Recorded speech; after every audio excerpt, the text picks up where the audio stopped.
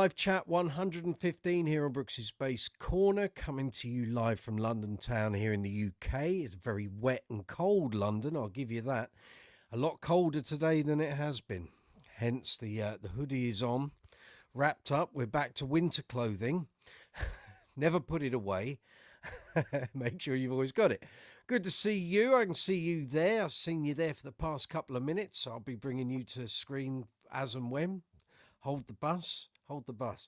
So, Brooks's Bass Corner, live chat. Not like last night when we did an impromptu live chat, watching me tidying up my office. Still haven't got there completely. We're halfway there. So thank you very much if you were on last night. Very much appreciated. Thank you for sticking with me despite all the idiots that came on. I don't know what it is about doing an impromptu live chat through the YouTube app rather than on the platform with the widescreen, what have you, landscape layout. That's what we're talking about. It seems to get served up into the shorts feed, and it seems to get sort of projected out into YouTube far more than this landscape version. So when we're vertical, it goes out like mad. And I'll let you know, actually, last night's impromptu live chat got over 1,000 viewers. None of my live chats get 1,000 views, not while we're doing them anyway. And I don't know quite why we get sort of sent out to the dipsticks of the planet who sit there and just want to troll YouTube live chats and just come on and be abusive. I don't get it. I don't know why it's a thing. Clearly they've got nothing better to do. But for some reason, we don't seem to attract those sort of people. We get them occasionally, but not like last night. It was relentless. I think I must have reported and blocked about, it was a good 70 people, I think. There was stuff coming through that I was dealing with that you guys didn't even see on the screen. So if you were watching and you stuck with it last night, thank you very much. Gareth Harrison, talking to you. Stacie, Richard, you guys, thank you very much for that. So here we are, Brooks's Bass Corner, Tuesday night live chat, back to normal, horizontal viewing. We're at 180, 1080. We're on nice sharp, hopefully, visuals here. If you've got any questions about bass guitar, bass amps, bass effects, bass players, great bass playing on great albums, let us know. That's what we're here for. I'll offer you my advice, give you any information that you're asking for. If I can't help you, one of these fine people will. Jamie Millard's there all the way from Nashville. We've got Stacie Ann from North Carolina. A load of the regulars will be turning up as we go through the show. So you got any problems with your gear, or you got questions about bass playing, looking for some advice, looking for some information, maybe you got some cash burning a hole in your pocket, you want to buy something new, you don't know if something's going to be good or not, and you don't want to order it online without trying it, ask us if we can help you. That's what we're here for. So all your questions are gratefully accepted. Bill Derbyshire, good to see you. Yeah, so I need to do a bit of housekeeping because I haven't done it for a few live chats, and I'm realizing a lot of people don't know what super chat is, they don't know what super thanks is, they don't know about affiliate links, they don't know about sales links and all of that sort of thing. So let me rattle through that very quickly for a couple of minutes. Right, so if you're on the mobile app, the live chat window is directly below. If you're on the desktop version, it's that way. At the bottom you'll see a box that says comment, chat, whatever. I'm on StreamYard, so it says post a comment for me.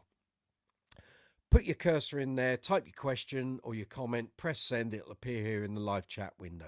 At the bottom of that window, next to the chat box, you'll see an emoji icon. Feel free to give the emojis a complete pummeling. It helps the chat, helps promote the chat and the video within the YouTube algorithm. Next to that, you're going to see a dollar symbol in a rectangle. It's called Super Chat. It allows you to make a donation towards the channel, keeps the channel running, helps to pay for all the bits and bobs. So StreamYard, vidIQ, lighting, cables, stands, microphones, basses, pedals, all the stuff you see reviewed and demoed here on the channel, I pay for it. So all your contributions go towards that. Keeping StreamYard, which then allows lovely Jamie Millard to come on by camera, talk to you people. all of those things, they all have to be paid for. So that's how Super Chat works. You don't have to pay anything. The videos are free to watch. It's all good. But if you want to help, make a contribution to the channel, keep us going, keep us up and running, very much appreciated. Just like Stacie Ann did last night on the impromptu live chat. Visog, good to see you. If you go below the video window, so if you're watching this on YouTube, you go directly below the video window, you can see a thumbs up and a thumbs down. I won't ask you to subscribe, although if you wish to do so, it's fabulous. Thank you very much. But the one thing I ask you, please give the video a thumbs up. And it goes for all the videos here on Brooks's Bass Corner because we're a monetized channel. Please give videos a thumbs up. If you don't enjoy the video and you're going to give it a thumbs down, then leave a comment, tell me what you don't enjoy. But please, even if you're just watching for a couple of minutes, you think, oh, I quite like this, give it a thumbs up. It doesn't cost you anything, and it helps to promote the videos within the algorithm, which then pushes them out to more and more viewers, helps the channel to grow, allows me then to make better videos for you guys watching over the long term. Next to that, you'll find like a share arrow, so you can share the video out to social media, email, websites. There's a watch and a save option, so you can save the video to watch at a later time. You're then going to see a love heart with a dollar symbol in. That's called Super Thanks, which works exactly the same as Super Chat, but it exists on every single video. So Super Chat exists when we're doing a live chat, like now. Super Thanks appears underneath every single video that appears here on the channel. So if you're watching a video and I give you some advice or some information that you find useful, you think, oh, thanks, Mike, that's really good. You can make a donation to the channel, however small or however large. It's up to you. All the little ones become a bigger one over time. That Super Thanks option is there. So that's what that is for. It just allows you to give something back to the channel if you wish to do so. Underneath that, you've got description box and the comments section. Please leave comments. So even if you're watching this live chat after the event, you can't obviously comment in the live chat window, but you can leave a comment in the comments section and I can come back to you. So if you see something that we talk about tonight, you want to talk about it, leave a comment. I'll come back to you as soon as I can. In the description box, you're going to find timestamps, so it allows you to zip through the video if you're watching this after the event or you refer back to it at a later date. It just means you don't have to watch the whole video. And if we do a 3-hour live chat, it's 3 hours you've got to sit through. But I timestamp it up. Those timestamps will be there by tomorrow when the video is finally uploaded onto YouTube. So you can zip through, you can see what we've talked about through the live chat. You're then going to find affiliate links for vidIQ, StreamYard, Top Cashback, and the Bass Center here in the UK. You'll then find bass related purchasing affiliate links for the likes of Amazon worldwide, Thomann and Andertons. After that, you've got merchandise links for Brooks's Bass Corner merch. So if you want to help the channel out, but you'd like something for your donation, look, well, there's t-shirts, caps, there's hoodies, mugs, glasses, phone cases, laptop cases, all sorts of loungewear, tons of stuff. Check it out. It's provided by Spreadshirt and Spread Shop in the States. The gear is really good. I'm not wearing any at the moment because it's too cold. But ask any of the other people here on the channel who've bought merch. I've not had any complaints from anyone that's bought any. So to me, that's a fairly big, sizable thumbs up.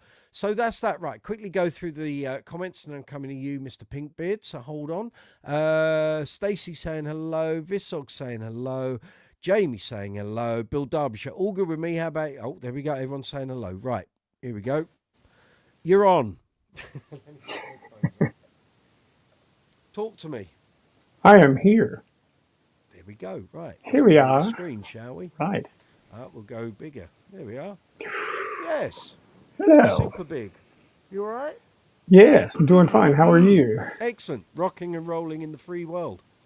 Even better. Yes, indeed. Now, big announcement, of course. So you and I know we need to announce it to the rest of the people.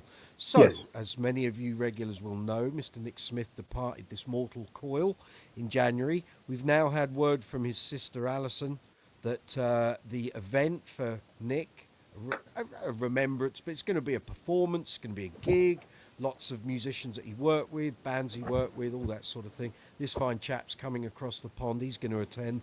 I'm going We're to be hoping. there. We'll both be playing basses that used to belong to Nick. Just put it in your diary. So people in the UK, it's a bit easier. People abroad, if you're going to come over, this is the date. Sunday, September the 7th. It's going to be in Peterborough, here in the UK, which is about 90 miles north of London. Okay, there'll be more details as we go on. Give me Java, good to see you. We don't know exactly which bands, which musicians are going to be playing with who. We don't know the material. We know nothing other than the date and the location. So you can check it out on Facebook. There's stuff on Bass Chat as well. Ali will start sending us links as more and more stuff unfolds. But if you want to attend, the date for your diary is Sunday, the 7th of September. So it will be just as we come out of summer here in the UK. Festival season, so there'll still be, we might have an Indian summer. It might be lovely, might be baking hot, let's hope so. I'll fill you guys in with more info as we go through the weeks, but that's the date for your diary. So yeah, Indian summer, huh? Indian summer. Does that mean that means extra curry? That means shorts and flip-flops and extra curry. Extra curry, yeah, extra curry. So there we are. Yes. So what's going on with you? Well, I just picked up a couple of shows that I'm going to be touring around in a bus. And it's funny that if you mentioned Stacey's in North Carolina, because it's very possible that I shall be there on one of these dates. Yep. Excellent. So you have June 5th through the 9th. I'll be sitting in with a country lass. Oh, nice. Yep. So What's this called? Tracy Lynn. Tracy Lynn. I was just solidified. I'm also the music director, so I get to punch up the Ableton and do all the fun stuff. You also get more money for that. That's right. Who could forget that part of it? MD privilege. Well, that's the sweetener, isn't it? It is. Yes. Excellent. Good stuff. Yeah. So have you worked with her before? No, this will be a first, actually. Ah, excellent. I've been speaking. So the band at this, I think, particular set of shows is going to be either 3 or 4 guys plus Tracy. Cool. Okay. Yeah. Nice. Yep. Enjoy. Yeah. Have every intention to, because the gnarly attitude will be on deck. Is she promoting a new album or something, or is it just? No, I think this is just part and parcel to her consistent flow. Cool. Okay. Outdoor. Yeah. Are these outdoor shows or indoor? So I've been told they're both. There's going to be a festival in the midst of one of them. So it's going to be some type of large house party kind of thing with an acreage with lots of people. Nice. And the other one, I'm not clear on the third one yet, but we're going to do all 3 back to back. You know, this is the way we hop on the bus. The wheels on the bus go round and round. That's very true. We've got an extra edition here. Richard Fitton Perkins, I'm bringing you to the stage. There'll be 3 of us. Bring him on. Here we are. Evening, Mike. Here we are. How are you? There he is. All right, and you? Yes, not too bad, thank you. Not too. Evening, Mr. Have you met before, Jamie? Richard, cheers, man. Indeed, yeah. Have to watch how I greet you because I can't do this. I'm doing this. Yeah, exactly. Yeah. that was Richard. What's that? How's life? Oh, okay at the moment. Quiet. Good. Week off. So very good. Yeah, very nice. Can fix that. Did you have shows at the weekend? No, I'm not playing until mid-July at the moment. It's quiet period. Good. Give the hands a rest. Yes, absolutely. Poor fingers, Yeah. Yeah. And very good. Might I point out very quickly? Yes. There you go. Look. That's a very good T-shirt. Well done, sir. Lovely job. So he's come prepared. Indeed.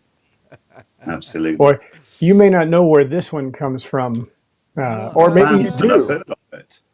So Mike, when Master Stewart was here last week, he brought me this. This is from Scotland.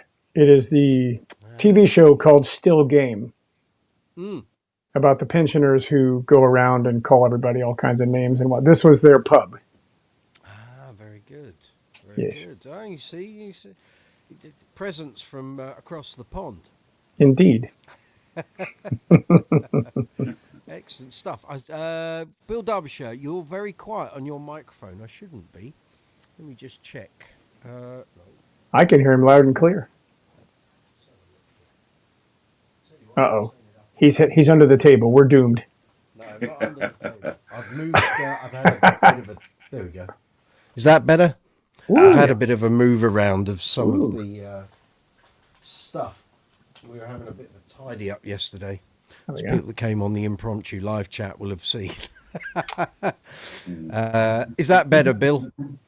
Westford, good to see you. Westford is upon us. He is. Yes, is that indeed. better, Bill? I think I might have turned it down the other day. I was doing some editing, recording bass tracks, and I might have just turned the mic control down by accident, but there we go. Right. Very good. Right, what do you want to talk about? Put the world to rights. Actually, what was I going to talk to you about? Might have been Rickenbackers. Again, Pick one. I got a lot of feedback. So you may have noticed I've been doing a load of shorts going back into old live chats and remixing them as I've taught you. Your observation last week that you'd released some more remixes and the views had been lower, I've noticed that as well this week. Yep. It's like since they changed the recalibration for shorts views, I think they've changed it back again.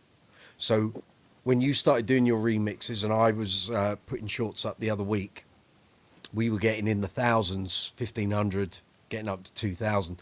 They've all dropped back into like 400, 500, 600 realms again. Isn't that lovely?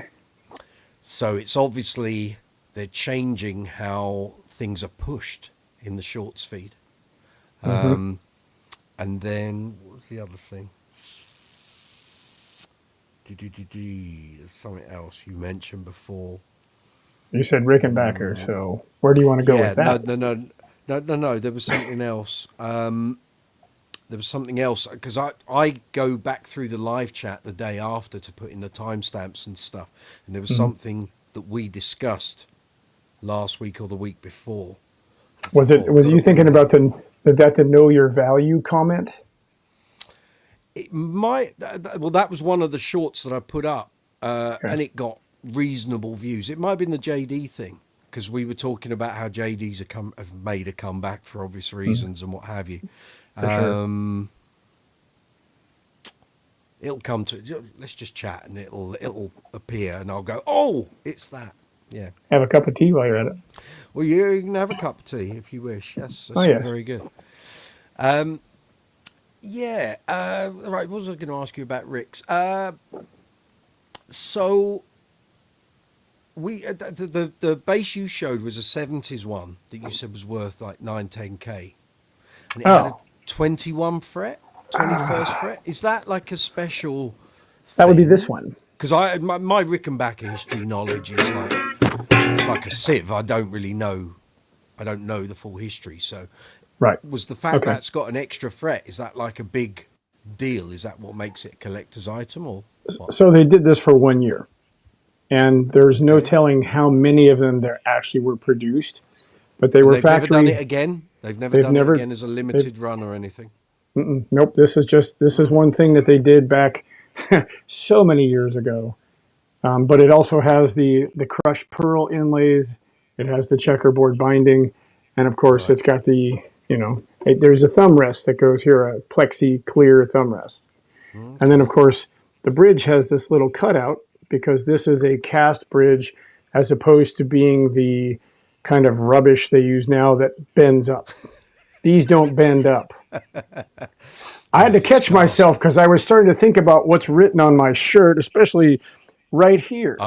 You're blocked out on that bit. Don't worry. Oh, good. We'll just underneath the banner, so we'll just leave that. It's down there anyway. But it's one of those things that. So it's for one. It was for 1 year, and was that on purpose at the time that they did it? It's a fair question. They were only going to do it for a year, or I think it was an experiment, honestly. Okay. And they tried it, and then they just stopped. So there's no rhyme or reason. In the early 70s especially, there was no rhyme or reason to when they would modify or mess around with these things. There was no game plan of how we were going to do this. It's just kind of, we're doing this. Oh, we're doing that. So yeah. So it's all a bit haphazard. So you could have ended up buying one in that year, not knowing that it was going to suddenly become a collector's item for Right. evermore. Right. Okay. Yeah. That was I this think, one. Yeah. yeah, I think somewhat what triggered me thinking of this is someone was asking me some questions, and it was like, I don't know. I can't tell you. All I know is some of my favourite players use Rickenbackers, but I do know a man who knows his Rickenbackers, and it was like, okay. And it might have been that, but yeah, because Yeah. someone commented on that bass. They went, "My God, I haven't seen one of those Well, like ever. that Heard was about them, Martin. but never seen one." Right. That was Martin Turner from Wishbone Ash telling me he's going to come to Nashville and shift it for me. Ah, Because he said his original one that he played on Argus and all the original Wishbone Ash albums was a 21 fret Rick. right. He said Are you shifting it then? well, I can if I need to or want to, absolutely. But Very good. I mean, it's for now. It's resting comfortably in the stand Very good. alongside Gareth, see you're there. Very good. alongside this bloke. Yeah, So yeah, yeah. So and there's three more. in terms So. of Rick collecting them, what's like the holy grails for people to Oh. keep an eye out for? Apart Well, from the that holy- double neck that we saw at the show. Right. So apart from that, there are a handful. Any of the 1964s, for Is that the obvious first reasons. year? Is that No, the that first year? was the date of Sir Paul's bass. Right, okay. I actually had a 64 in here. That's some little while back. I sold that one on because it was on behalf of a friend, and I have a video on my YouTube channel that shows play through and do all the stuff. Excuse me. And those are the things that everybody gets excited about because they all want to be Sir Paul at some time. Of course. Right. So those beyond that, the 21 fret is valuable, but it takes a certain person because they know it's kind of an odd one. So there's that. The double neck, as you mentioned, and then there's one called the 4002, Right. and that's the bass that has the low impedance pickups as well as an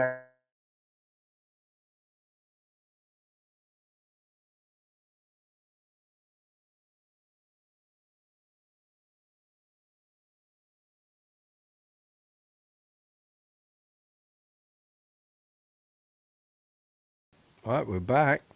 well, that In a was different fun. order. It's like a card Ooh. game. we've Bench. moved around. How bizarre. We have the I king think in the that middle. might be something. I think that's something at StreamYard's end.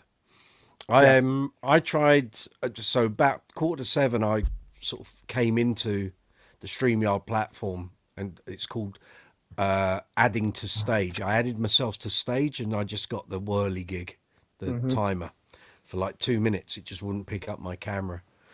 Right. So I have a feeling there is something within StreamYard going a bit odd here. Gareth, loved the sound and look of Rick's, but never found one I could get on with. Very common. That might be echoed by a lot of players, actually. Gareth, been tempted with the 4005, the one Manny of the Stone Roses plays. Yeah, see, things like that. That's not I can like tell a you about standard that. kind of Rick and what have you. And because he played one at a time when, I wouldn't say Ricks were coming back, but that indie sort of late 80s, early 90s, more and more players were being seen with them on things like Top of the Pops and what have you, suddenly Right. started to boost their popularity again. Those are interesting unto themselves because they're actually semi-hollow bodies. Yeah. And they're actually making them now again, but in limited quantities and on custom order basis. So Andy Babiak's bass, whatever his thing is, and some Andy of these others, Baxter. not Andy Baxter, but there's a guy over here. His name is different. It's Babiuk. I don't know what it Babiuk or something of that sort. Okay. Anyway, they order them in quantities of 30. And otherwise, if you request a purchase from Rickenbacker, you have to order in that quantity, and they'll make you a lump of them, and then you shift them and do all you're going to do. Yeah. But the 4005V has come back, and it's the new neck with the old body, Right. Okay. which is its own separate discussion unto itself. Okay. So And lots of are they changes. collectible, or was the old ones the old 4005s, were they collectible? So here's the funny. Once again, on my channel, I have one that I messed about with. It was double bound Fire Glow, which is the kind of the red sunburst, Yeah. and it was a 67, I think it was. And if people are buying them, they're buying them now for nostalgia. But if they've tried, the old ones sell for about 10K, 10 grand. Hello. So Crazy. yeah. But Crazy. again, if you've never played one, and even speaking to what Gareth is describing there with Manny from Stone Roses, they have a very odd tone because you have one pickup that's hit up to the neck, and you got the other Yeah. pickup all the way back at the bridge, and you have this nice field of posies in the middle that does nothing. And so, Okay. so I mean, so they're tonally they're very kind of odd. The only thing I can think to describe if you were playing one, what it would sound like, the old Kramer 650 basses, the aluminum necked ones with pickups spread that far, and even those aren't quite the same. Okay. So, yeah, again, it's a choice for collectible, but I wouldn't. 10 grand? No, not for me, thanks. Cheers, no, none. Interesting. Mm-hmm. So things like the burgundy red, Yes. that's not a standard color. Was that a limited run? Was that only in a certain period? So they started that color in 1970. It was originally called Eggplant Glow. It was like a deep purple, not because of Roger Glover, right? Okay. And it kind of changed into 74-ish, where it became more burgundy as opposed to a purple. And that's the one that went through the early 80s. And they started the 4003s with them. And then they just cut the color. And then they did a color of the year somewhere in the 2000s where they did a limited run of guitars and basses with the color. And that's the end of it. Okay. Right. And so today on All Things Rickenbacker. Yeah. So if I stumble across one on my travels, Yes. it's worth picking up those sort of things. See, so we have our status examples, our king of status in between us here on the screen. Yes, indeed. Hello. And then we've got all this. See, there you go. And so, but they're kind of, again, to what Gareth had to say. He loves the look and the sounds, but he can't get on with one. Truly, many people agree they can't for one reason or another, whether it's just playability of the neck, string spacing, or just the overall kind of, they don't get on, so they get shifted. Yeah. Westford says he wants to get 10 grand. He's going to do an Alembic. Yeah. See? Now, for me, 10 grand would be a handful of Jaydees, but that's just me. Yeah. Yeah. Well, take yourself back to 1995. You could get yourself 20 Jaydees for that. Yeah. Well, then I'd look like Mark King in '87 with him lined in you the, would, wouldn't you? Yeah. Quite. Yeah. Quite. Okay. Well, that's handy to know. It's handy to know. So, what are the popular? What's the popular colours at the moment? I mean, you obviously know when you're looking at ads and stuff. What are the popular things that, not necessarily that are old, vintage, and collectible, but what are the colours that are the popular colours for people to be buying? Oddly enough, if they do a custom run, there's you're going to laugh when I say this, but there's a British Racing Green Sparkle, kind of a pearly, British Racing Green, and so somebody, the guy here that I was describing, Andy, whatever his name is, he ordered 30. Let's get it wrong because I got it wrong the first time. Let's just forget it and move on. So, so he ordered 30 4003s in kind of a pearl British Racing Green, and they've all been shifted on. They're doing some experiments because the usual colors are the Fire Glow, which is a sunburst, the red sunburst, and there's an Autumn Glow, which is a kind of a brown tobacco burst, black. I've seen those. Their color schemes are kind of limited these days from what they used to be. So if people are buying them now, I think they're trying. If they get black, it's because of Getty. If they get kind of a natural and they paint it kind of a creamy yellow, it's because of our dear departed Master Squire. And then I did a review. Was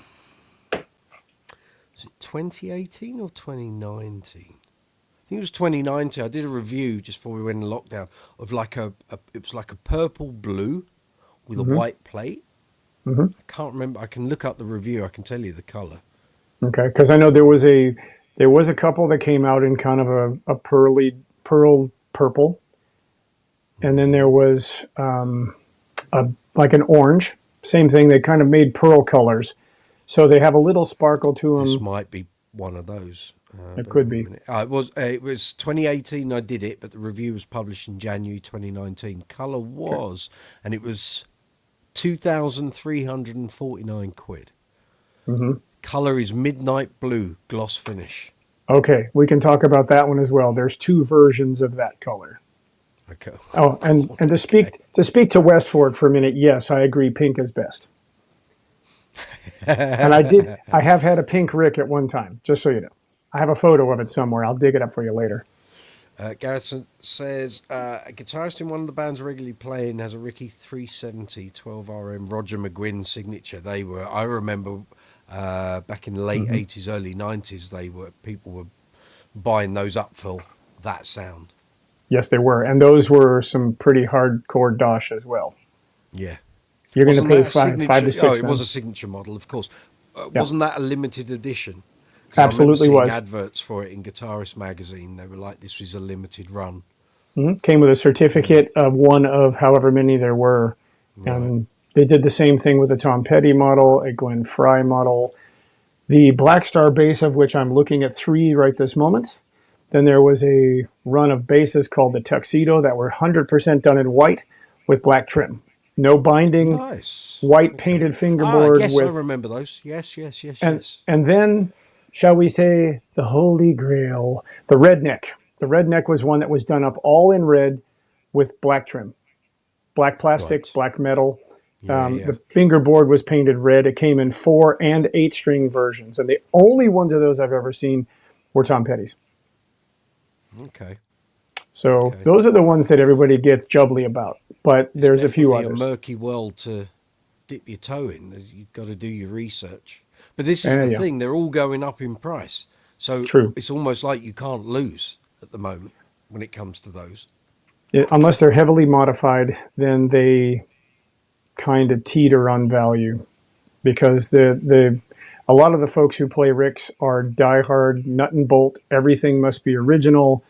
You can't change anything. You shall not. If thou did, thou hast committed thine sin. Open Book of Armaments, chapter 3, verse 6. Well, none of it. It's all proprietary, isn't it? No, none of those parts are used anywhere else. So it's all nowhere for that instrument. So you want to stick a set of EMGs in it, you're going to be doing some woodworking. Yes, you are. And that, of course, immediately diminishes the value.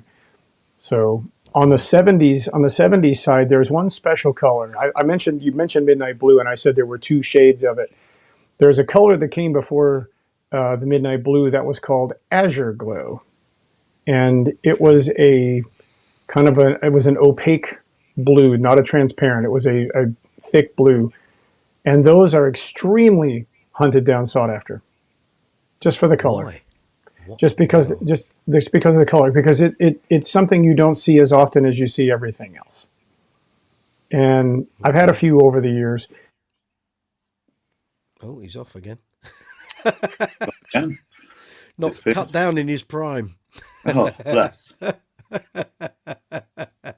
Never mind, eh? Well. It's an education, all this stuff. It is actually, because I've only ever played 2 of them. I played a really old 1970s one, which was just absolutely awful. It was difficult. It was heavy. It was, no thanks. It sounded terrible. Then I played a really good one about 10, 15 years ago, brand new 4003. Absolutely beautiful.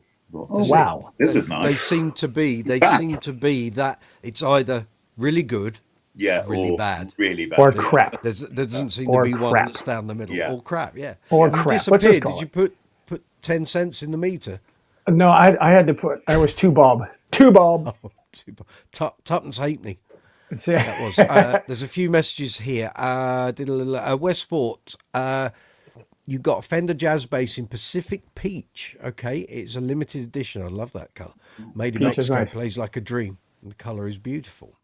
Gareth, you've got your Mexico P bass in Midnight Wine. Yeah. Don't Rickenbacker restrict the sale of parts to stop people using them on other guitars? Probably.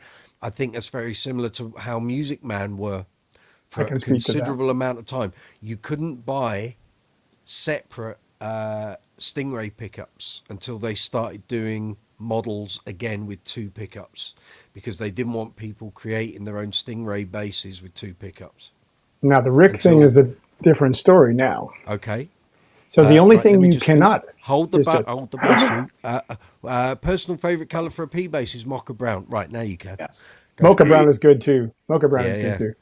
Now what they do now is Rickenbacker has a boutique setting on their page, and you can purchase just about every little screw, nut, bolt, washer kind of things. You can also purchase pickups and scratch plates, pick guards. You cannot get the name tag. So if you came across one of these, understandable, and it didn't have this, you can't get this. Now, the other thing is they used to shift these where if you had one that you wanted like this and you had a white one with black lettering, you could send it to them and they would send you one of these. Right. But they're not even doing that anymore. So what's changed their mind? What's suddenly opened up the gates? I think that's because the original CEO has kind of retired and his son has taken the reins. So all of these kind of newer things you see in some heavy duty changes are because of him. Okay.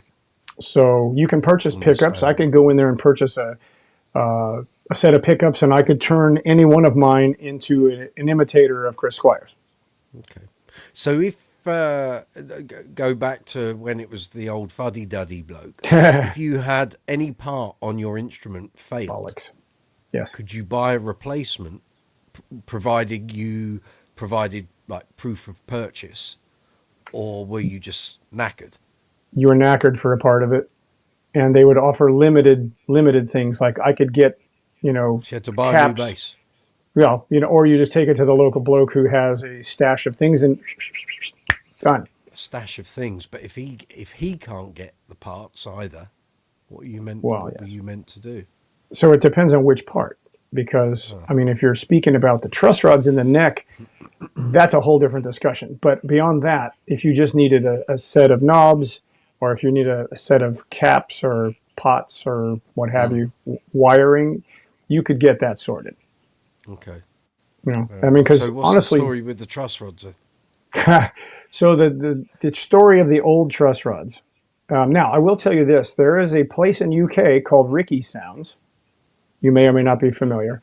Ricky Sounds will make brand new truss rods for the old Ricks, because if you take the neck and you bend it down, you can slide the rods out. They're not anchored in the bottom. The newer ones are. But the old ones, they just kind of sit in their biflex rods. So they would do this. You would turn the screw and it would open and close on this side. This part of the truss rod was just in the end of the neck and it was done. So interesting. Okay. They make stronger ones. We've just had a question. I see. Hello. Good to see you. Welcome. I don't think you've been here on the channel before. What do we know about Yamaha electric basses? What would you like to know? Which we model? Can help you. Yeah, exactly. Which model? What are you talking about? Whatever. If you give us some more detail, we'll try and help. Are you looking to buy one, or have you got one and you've got a problem with it? Let us know. Or give you're us looking as to much ship one. detail as you can, and we'll try and help you. I've got a couple. Jamie's got a couple. Have you got any Yamahas, Rich? Not at the moment. I previously, a long time ago, I had a TRB 5 Mark II. Okay. No, sorry, correction. TRB 6 Mark II. Very nice. Indeed. Okay. Cracking thing, but the preamps are a little sort of how do I put it? Plinky sounding. Yes. Yeah. I get you. They can be a bit clinical on some models. Yeah, they are. On Yeah. some Yamaha bases, the preamps can be a Yeah. bit like that. A bit Because, sterile. Slightly, yeah. And Yes. many years ago, I had a Nathan East signature TRB5. Oh in yes, blue. yes. Yeah. Before they started doing the BB NE 1 Yeah. and 2. Yeah. Yeah. Yeah. That was in Okay. the mid-90s ish. Yeah. Yeah. That's right, because I think his signature came out 96, 97. Yeah. Yeah. So while we wait for, I'm presuming it's Michelle, but you could be a guy from France. So Yep. Could be a French Michael, dude. Michelle, whichever it is, when you come back with a bit more info, we will try and help you as much as we can. Gareth Harrison, bridge on my friend's 12-string needed replacing. This is Rickenbacker, and they made him send the broken one to them before they would allow him to buy the replacement. I know Ernie Ball and Music Man used to, if your pickup in your Stingray died, you had to send the old pickup back in order to get another one. The 12-string bridge is notorious for breaking on the guitar because it's the. So let me say it like this: the difference between the so the difference between the two bridges. Okay, so suddenly I've had a "Are you being served?" moment. Anyway, moving on. Yeah. I gotcha. So the old bridge that was cast was solid metal, and the ones that I mentioned right earlier that bent up, right?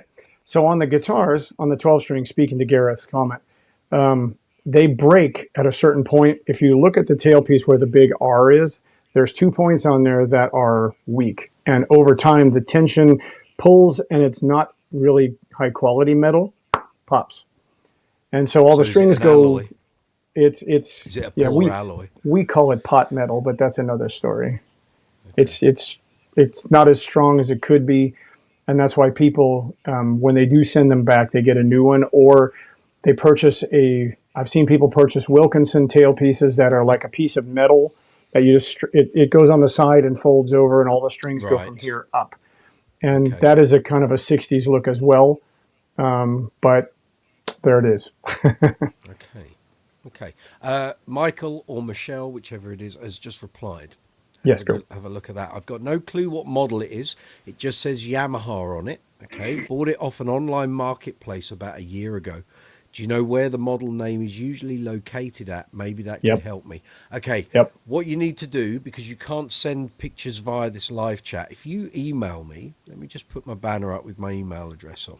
If you can email me some pictures, if you do it right now, we'll deal with this tonight for you. Email me at brooks'sbasscorner@gmail.com. I can then put your photos up on screen and we'll try and help you. So if you can take as many close-ups as you can, like around the headstock, back of the headstock, maybe back of the headstock, at the neck attachment, maybe some pictures of the body, we'll try and help you. And if we don't know what model it is off the bat, we can start looking online to try and find what model it is, because Yamahas tend to follow a fairly systematic approach in their design. So they've got sort of 4 or 5 distinct ranges.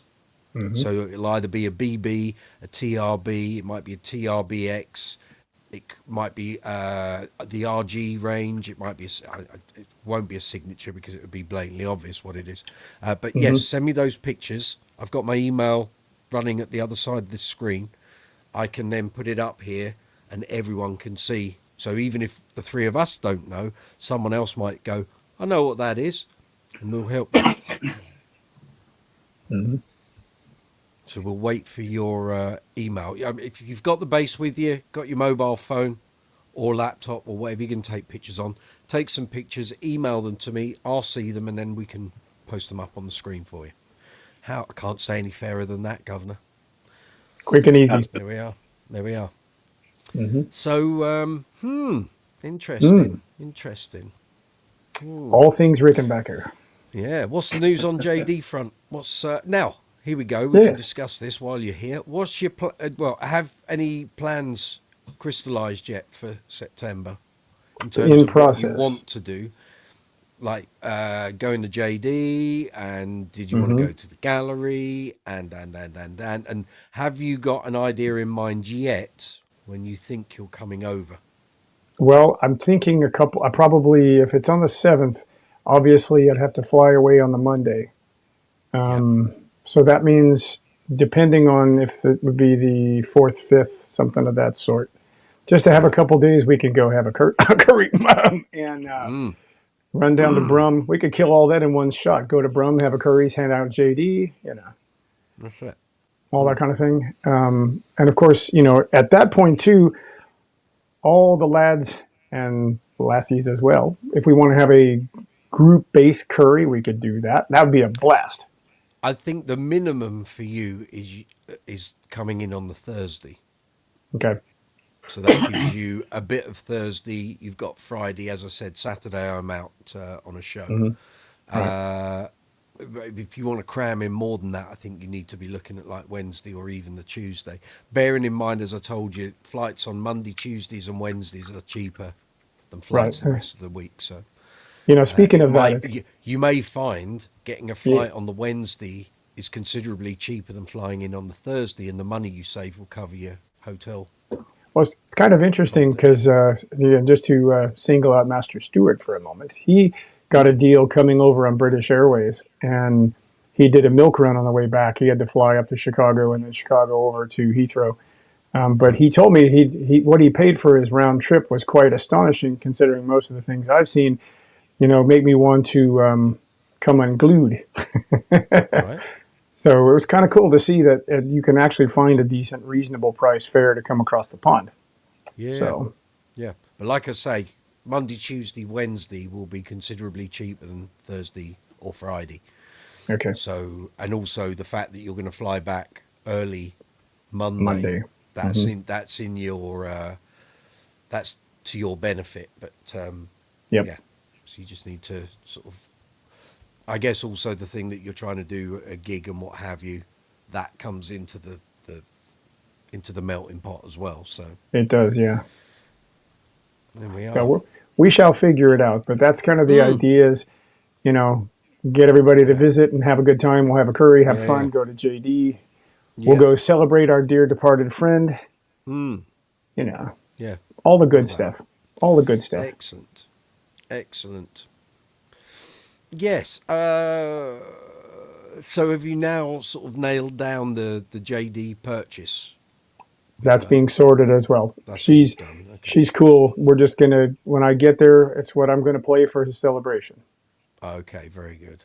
So I'm not going to be bringing anything over but an empty box, Okie dokes. because the empty box will be sturdy enough to get tossed in under the belly of the plane, and it won't do any damage to our little adventurous piece of wood. No. Cool. Yep. Very good. Very good indeed. Yep, we'll take Okay. it. And of course, if I happen to go to Brum and there's something really, Toby does something crashing and smashing, then I've got room for two. Well, the other thing is, if we're going up to Birmingham, we can also pop in the Bass Direct and Bass Brothers because it's on the route. I'm still waiting on Will. I'm still waiting on Will. Yeah, I was going to ask you if that had appeared. Here we go. Ollie, Jaydee purchase. What have I missed? You've not missed anything, Ollie. Jamie's Welcome, Ollie. had rubber stamped a purchase for a number of months. It was just we were waiting for the details on the Nick Smith celebration before he could work out how he's going to get it back from the UK to the US. So it's all good. Westport, I think I'll go to Jaydee to retrieve my bass when it is completed. Yeah, there's long wait times at the moment, but it is what it is. Well, you can always hop the train and ride down. You don't necessarily have to drive unless you want to. He's in France. Never mind. Bit of a trek, that one, yeah. Yeah, that's it. Can't get on the bike and quel dommage. shimmy up the Je ne le connais pas. Je ne le connais pas. Quel dommage. That's it. Ferme la douche, Rodney. Ferme la douche. That's right. Yeah. Okay. Very good. What's this? Yes. Mince. Westward, oui, je parle français. Yes. Yeah. That's it. Ferme, la douche, le rouge, fromage. Great. We're having cheese. Shut the door, the red cheese. Yes, Right. indeed. Right. Very good. Right, it is. It's coming up 10 to 9 here in the UK. If you've got any questions about bass guitars, bass amps, bass effects, this is live chat 115 here on Brooks' Cheese from Bass France. Corner. That's the fella. Got any questions, any comments? Put them in the chat box at the bottom of the live chat window. Press return and it'll appear here in my live chat window, and then we can start responding.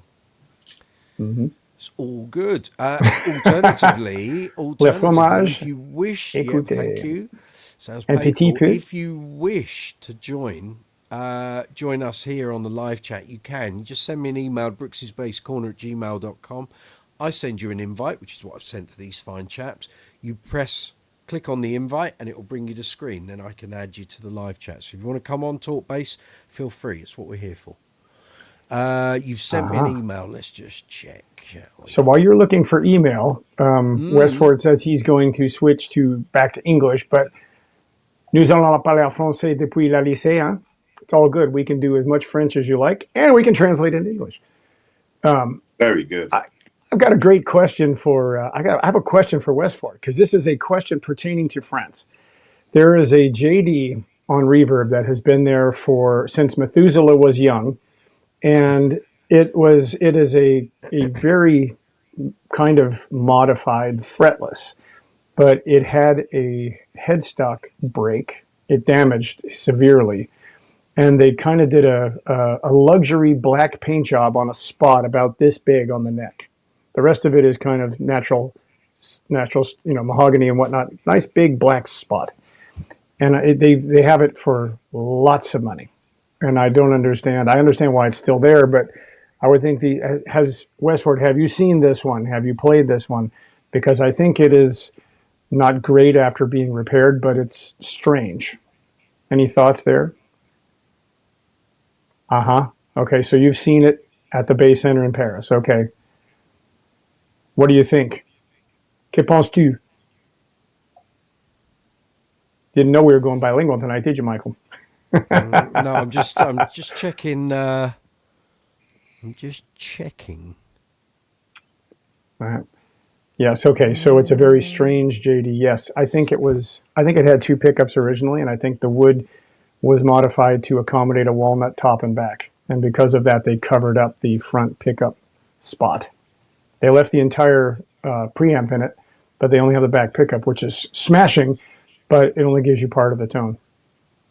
So, but not for 2,500 euros. I've gone looking for our friend's email and suddenly found a thing in my spam folder on that Gmail account from the United States Agency USAID. Oh, yes. Saying they've got a load of money for me. Is this spam? Definitely. Very good. It was quite a sizable amount. I was thinking, well, I don't know where that's come from. Unfortunately, at the moment, my friend, your email hasn't appeared, but I don't know what you're sending it by, whether it's Hotmail, Gmail, or which email service. Could be that the photos are very large, but they've not come through. If they haven't come through in a moment, I would suggest maybe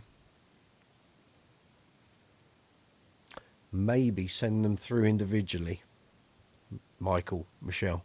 French is not my best language indeed. Neither is English. Oh, you're Dutch. Okay.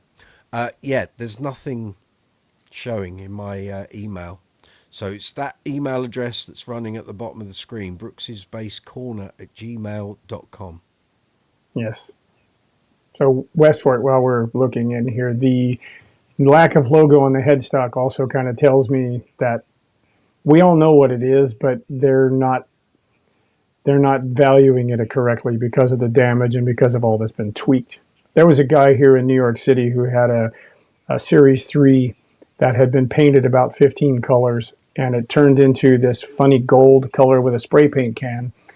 And the guy wanted $3,000 for it, which means we laughed him hysterically. But he took the piss. Okay, we got this. He took the piss. Okay, but I mean, he didn't understand. I tried to explain it to him, and I got the hand sign. So, you know, that one translates enough. Do I need to explain that one?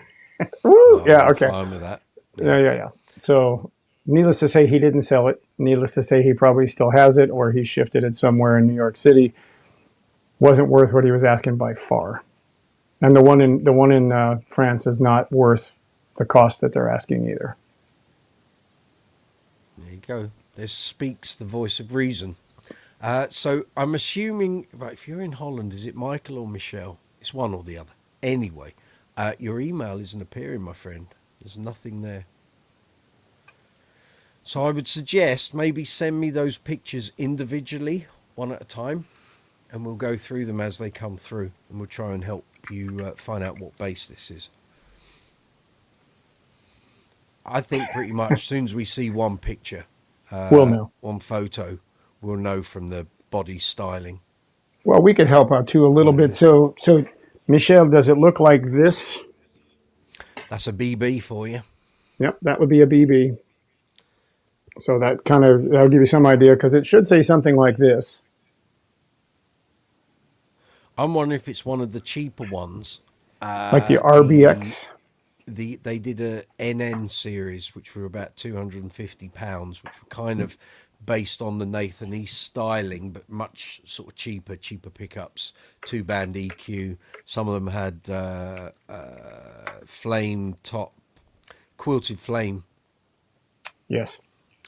Transfer.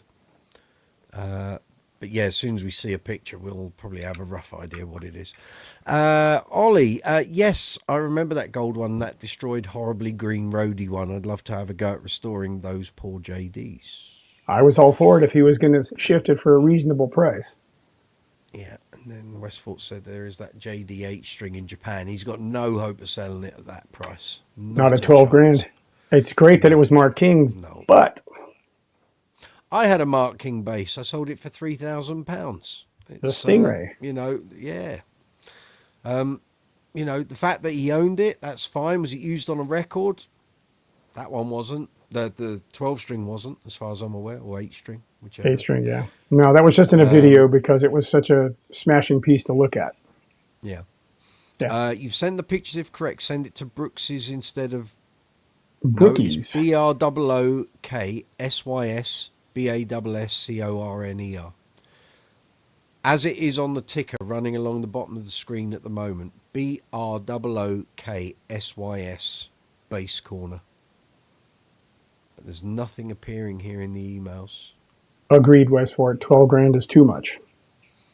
It's a little steep. Even Richard would think that's a little steep. Totally steep. Yeah. Out of the question.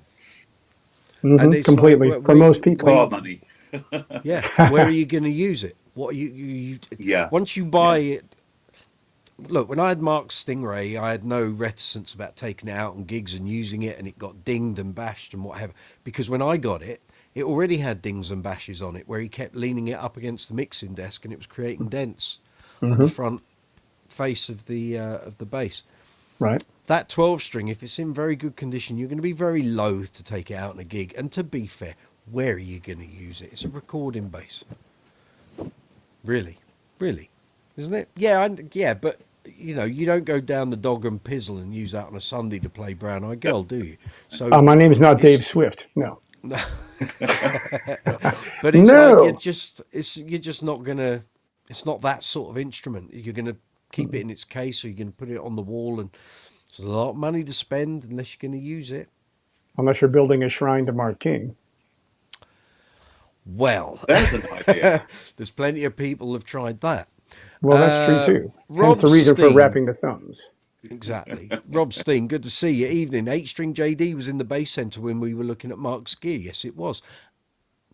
As were many. So was that one of the ones he put in, Rob? I can't remember. Some of my memories of that day are a little hazy. I'm sure there were more instruments in there than what we got to see. More than likely. Yeah. Because I remember, the Stingray wasn't out. I didn't know it was there. It was only because I'd gone through everything else that they had out. And Nick Owen said to me, "Not after a Stingray, are you?" It's like, yeah, I could be. He said, well, Mark's one's here. Because they'd already sold the 5 to Jerry Meehan, who at the time wasn't Robbie Williams's bass player, but he did become Robbie Williams's bass player further down the line. And Mark had signed the back of the bass. And Jerry Meehan said, right, well, that's coming off for a start, apparently. So I'm not having that. The Stingray mic, was that the one he used on? He used it on the whole of Guaranteed. Yep, used it on Guaranteed, the bulk of Guaranteed, Right. Forever Now, apart from 1 or 2 tracks. And he used it on various tracks on Trash. Right, well. okay. And I've got a CD, actually my copy of Trash, when I sent off my money, I think we did checks back then for that. You'd send off your check and the CD would come back, and I'd said, by the way, I own your old Stingray. And he went, oh, it's on here. It's on this album. It's on most of this album. So, yeah, the Stingray that you hear on those 3 albums, that's the 4-string I had. And there you go. Let's think. So I bought that July 97, and I had it until about July 2002. And I must have done well over 1,500 gigs with it. Easy. Yeah. It did all the busy period. Well from worked. When I left the glam rock tribute band to join in the busy covers band, and it went with me to Bahrain, and I took it on various ABBA gigs and what have you. It was great. It's great all round bass. It sounded great. It was an 89, 89/90. Here we go. Here's that email. Beautiful. Right. Let's I can tell instantly by looking. I think it's an RBX. It is. It's an RBX 170. It says on the back. Right, let me save these photos so you fine people can see. It's an RBX 170, Michael. A little bit pointy with a P-bass pickup. Yep. So let me save this. Then I can bring the photos up for everyone to see. That's a funny thing. I only have one pointy thing here in Bass World. And I don't use it. Only one? Just one. Oh, dear. Have a go, shall we? Have a go. I have none. Right, let's well, this ugly thing. Oh, God. That has its own story, because I don't play it. I originally swapped a little old junky cabinet for it because I was asked to play in a Here we go, lads. rather large metal band. Let me just remove that, and I will get rid of the banner, and we can see what we do. Yes. Now the next picture, I'll show you the headstock, and on the back there's a little sticker which says an RBX 170. Yeah. So, Michael, it's at the bottom end of kind of Yamaha's range, but still a fine bass. Get out there, use it, do your thing with it. Yep. Let me share another one. Let's do the back of the headstock, because that's got the sticker. Perfect. There it is. RBX 170. Says it right there. There it is.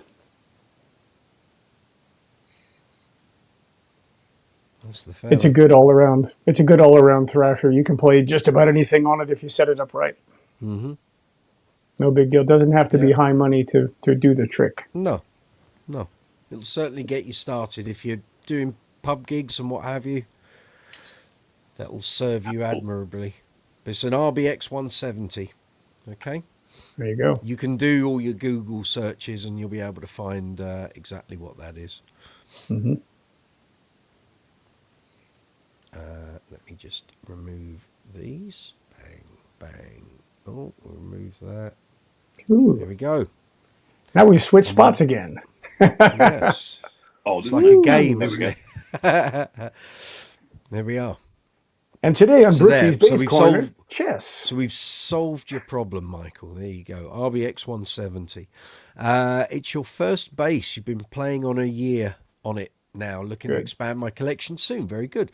Thanks a lot. That's what we're here for.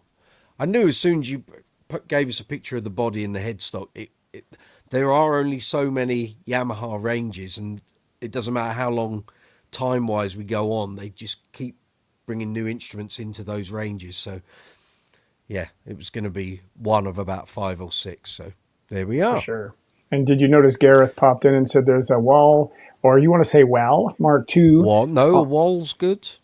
I've heard it both ways now. So on There's a Reverb Wall Mark II for 23k Geddy Lee spec. Right, let me have a look, because I'm wondering if it's my friend Gary's old bass, which was black and gold. And it was poly Geddy black with Lee gold. spec. And he Yes. sold it for around £12,000 about Ooh. a year and a half ago at the gallery. So let's have a look, shall we? Oh yes. Let's have a little look here. Have a small gander.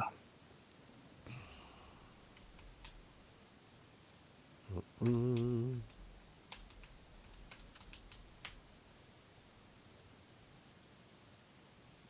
Well, it's not Gary's one, because that's the red one. 23 grand.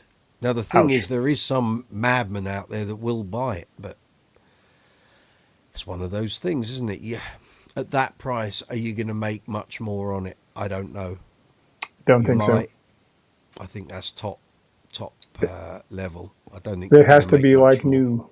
It has to be like new for that kind of dosh. It has, and also if that sells at that price, that sets a whole new level on second-hand walls, which is what happened with Kabikis Right. about 5 years ago. Suddenly they started inching up 2.5, 2,750, 3 grand, 3.5, 4 grand, and there was a you could see it every time a new a Kabiki went up for sale second-hand. The prices were edging up. And each time people are watching going, is that the new level? Is that the new level? Well, you know, new levels, new devils, more cash out of the pocket. So Woo! you buying that, Gareth? Is that one for you? Let us know when you have it. We'll have a go. Gonna nip down and check that one out, are you? Excellent. West Fort, yes, Ollie, your Jaydee is cracking. Give me Java, TRBX 170 is very nice budget bass. There we are, you see. Yeah. There you go. Oh, not a chance, he says. Glad we could help you. Glad we could help you. West Fort. There's a mayonnaise signature Wojciech for 3,650. That's probably about going price. Give or take, yeah. Yeah. Does it come with thumb tape? No, you have to provide that yourself. Ooh, And you have let's to wrap it up. decide if you're having gaffer or electrical. Take your Right. pick. Electrical for the sexy beasts in PVC, you see, but That's when you get the lime those- green. You get the lime green tape. Yeah. All of that. Right. Or a nice yellow. Yeah. But not pink. Never seen pink electrical tape. Seen pink No, gaffer no. tape. I can might even send have you a roll of pink gaffer tape. I could post you a roll of pink electrical tape. That part's easy. You're all right. You're all right. Keep Well, it for yourself. I still have your guitar strap hanging here, so you know. Ah, yes, very good. You know, the pink number. The pink number, yep. Goes along with the funk gig, right? Well, that goes with your BC Rich, of course. Of course it does. And you wear it playing it down to your knees. That's right. Yes. That's it. Take Yeah, because you have to play like this. I know what I've got to tell you. So the people that were on the impromptu live chat last night will know this little story because I recounted it several times. So I did 2 gigs last week, Friday and Saturday, and I started filming both of them for gig vlogs, and in the end I'm not going to use either of them. So Friday's gig was with an Oasis tribute, and I got the details. I had the location, address, postcode, all that. Day before, I thought quickly go on Google Maps, just check, because we're in that time now in the summer where you get gig details, and sometimes they're not entirely accurate, or they're not. You'll get a postcode, but it's a big area that it's covering. It's like, no, you want to get the right place. So I went on Google Maps and followed it up and had the name of the house, the building we were going into. Got that, yeah, that's all. Oh, there it is, right, okay, that's easy enough. We go up that country lane, it's at the top of the lane. Very good. And Friday comes around, I'm driving there, it's all good. And I'm thinking it's a private do, because it's residential, that's what it looks like. So I get to these big black gates and we go in, and band have already got there before me. And I set the gear, or bring the gear in from the car at the back of the stage. Say to the band leader, do you know where the toilets are? I'm dying for a slash. He said, yeah, go just that building over there. It's like change rooms. And I was like, changing rooms? Anyway, so I go out. All these people walking around in huge, big dressing gowns. And I'm like, what the bloody hell's this? It's like a monastery. Maybe it's a spa. Maybe there's a spa. Penny still hadn't dropped at it. Suddenly this bloke in the full nude walked straight across in front of me. And I was like, it's a naturist colony, isn't it? There we are doing an Oasis gig, fully clothed and people with nothing on.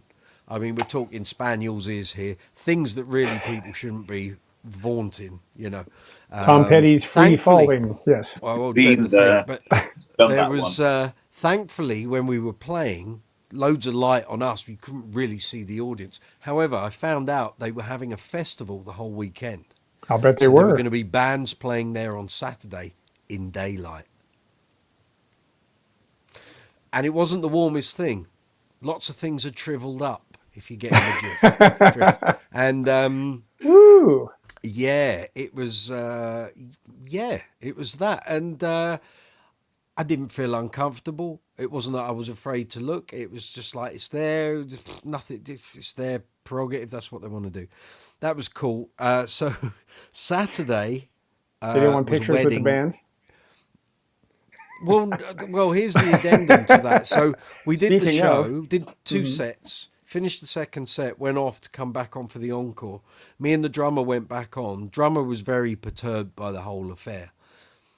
We came back on, and I'm thinking, where's the singer and guitarist? They'd stripped off backstage. They came on stage with no clothes on. So everything was hanging out, as you can imagine. So yeah, so that's what happened. Saturday was a wedding out in the middle of nowhere, and I had intended on doing impromptu chats on both gigs. Wasn't going to happen. Friday we weren't allowed to use phones, cameras, videos. Saturday there was just no reception, so that's why there were no impromptu chats. That's partly why I did an impromptu chat last night while I was There tidying you the office. go. There we go. Right. Well, you know, it's that just- reminds me. I had a gig like that once. It was out at a farm, right? As you See, do. We've all yeah. been there Somehow now. we've all Yes. managed. Yeah, this was out at a private farm, and it was a biking event, so all the motorcycles were out, and you can kind of do the math and figure out what happens next. But I got to the stage. I had a little 115 cabinet with me, and the little wee head and the guitar. And they, very nice. They pointed me to the stage. I get up on the stage and put everything down and turn my head to the right. As soon as I did, there were 5 ladies facing the crowd with nothing but boots on. And I'm sitting there going, I'm like, how? And so to make it worse, the front side of the stage had a cage, and then there was a pole that went from top to bottom. Well, we know what's happening there, don't we? We know the routine. So I found a way to manage to step behind one of the 2 banners that were on the sides of the stage and play facing the guitar player as opposed to facing the crowd. That worked. Just say it. Correct. There we are. There we are. It's Yeah, a I've chastening done a- experience, I have to say. Go on, I've Rich. actually done, I think 2 of those. I did a nudist colony near Leicester around the sort of Colville area, Right. and I did another one in deepest, darkest Lincolnshire as well. Funny how all these places are rural. Very. Can't imagine why. No. Yes. The thing was, on Friday, it wasn't that warm. Although it was the warmest day of the weekend, because Saturday and Sunday weren't that warm. And I thought, you've picked the wrong weekend to hold this, guys. It's not going to be weather for taking it all off and shaking your thing. It's going to be very cold. And it was. Sunday was very cold. So, Be different if you're in the middle of the Thames. well, I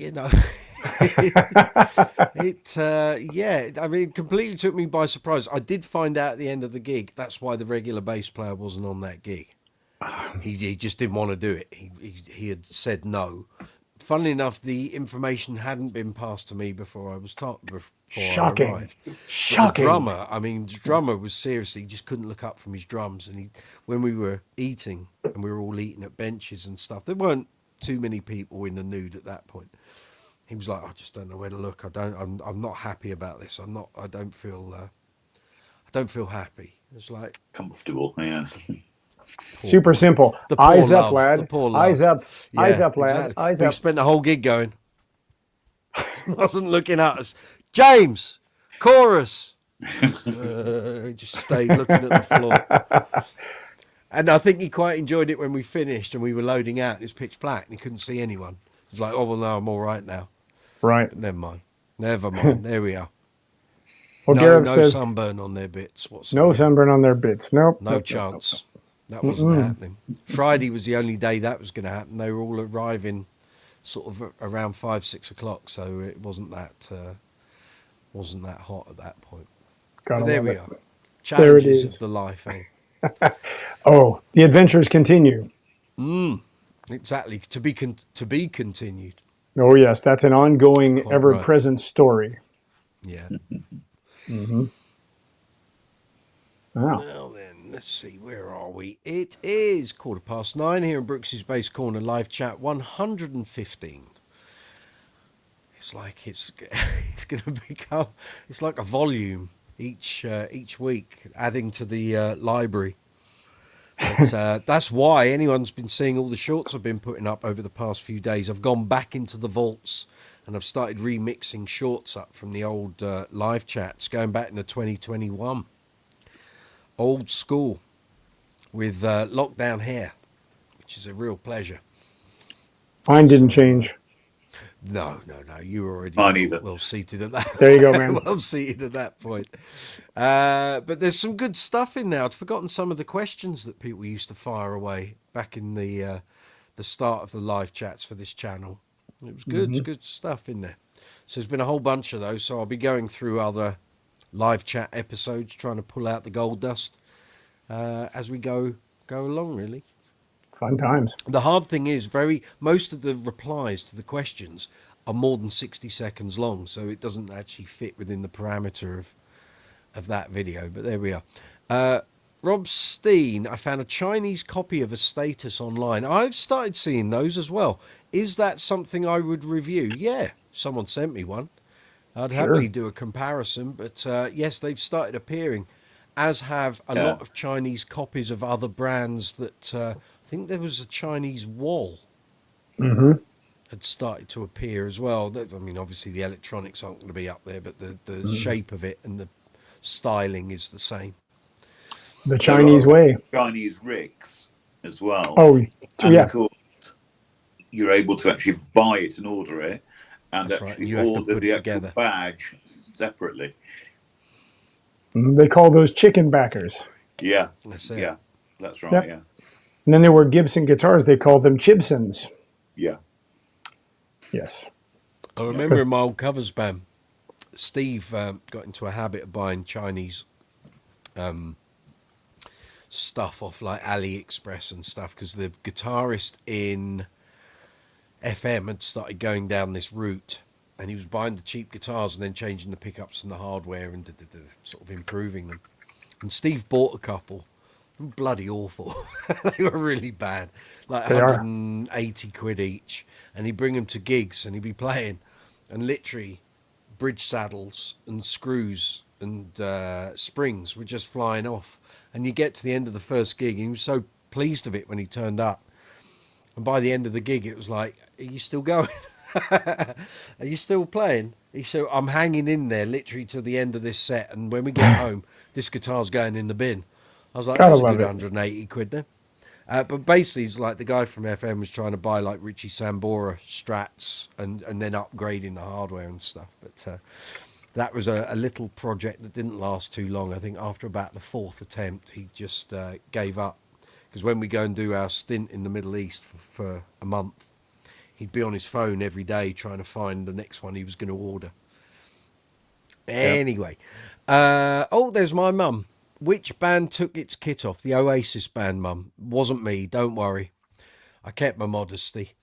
But the singer and the guitarist did. But there we are. The Chinese way, well, quite. Who knows what they know? Well, yeah. Please, lads, don't get into lyric recitals. That annoys me when people do it on Facebook. I can't tell you. But yeah, oh, right. I've lost my partners in crime here. They'll be back, no doubt. Phone. Could be work, you see.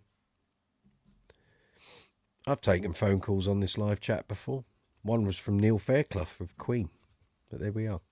Hello, hounds. Got a pair of hounds at my feet. Hello. I know what you think it is time for, but you're not going to get it just yet. So if you can hold on, lads. Not yet. Go and have a little snooze. I'll come and do it in a minute. Dad'll come in a minute. Not yet. Oh, do you need to go out? Please just bear with me 2 seconds, guys. I need to let the dogs out because my partner's out at the moment, and I'm on dog duty at well. So just bear with me a moment.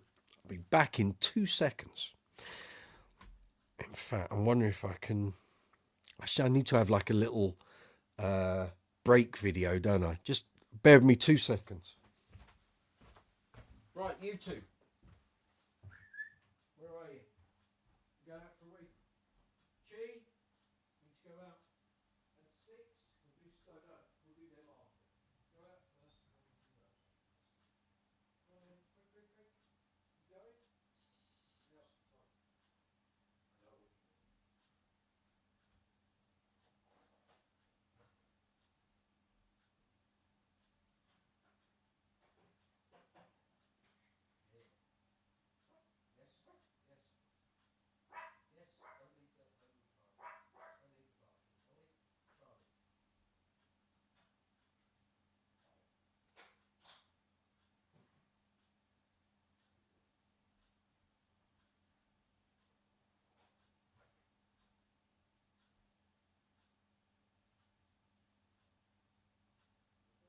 what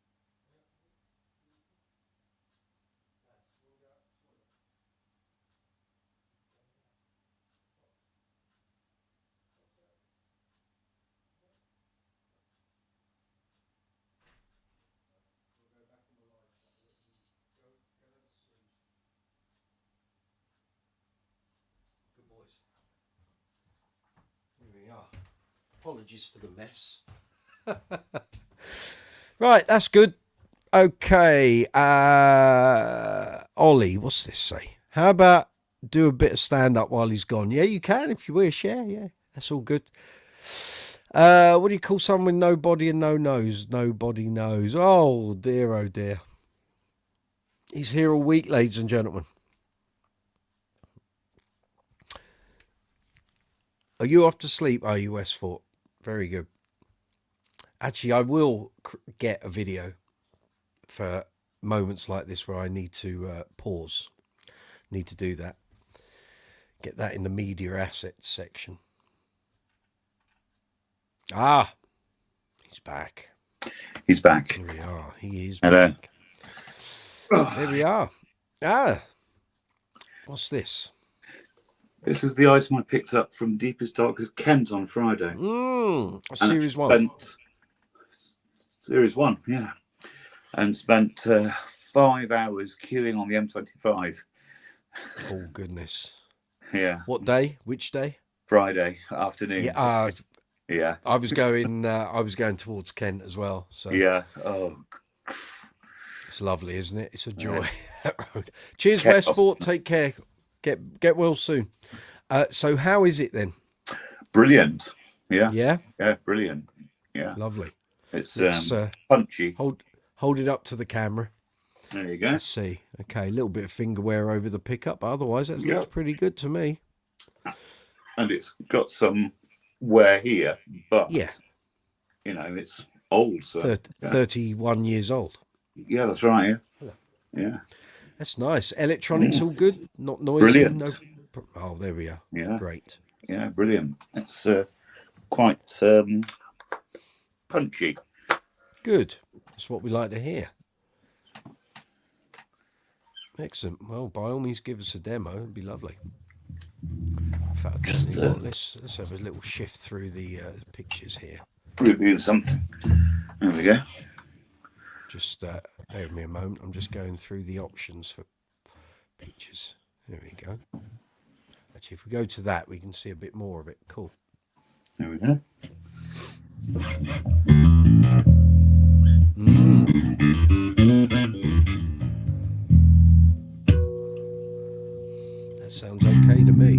Yeah, it's great. Neck in good condition, stable. Yeah. Oh yeah. Yeah. Brilliant. Great. Yeah. Excellent. How much did that little number set you back? Not too much. I got it the owner actually died. You see. Been down that road as well. Yes. Yeah. Yes. So Okay. Well, at least you'll look after it and make use of it, so that's good. Yeah. Absolutely. Good. Very nice. Is that the first series one you've had before? Yes. Okay. Yeah, I've had Series 2s, S2 Classics, Grooves.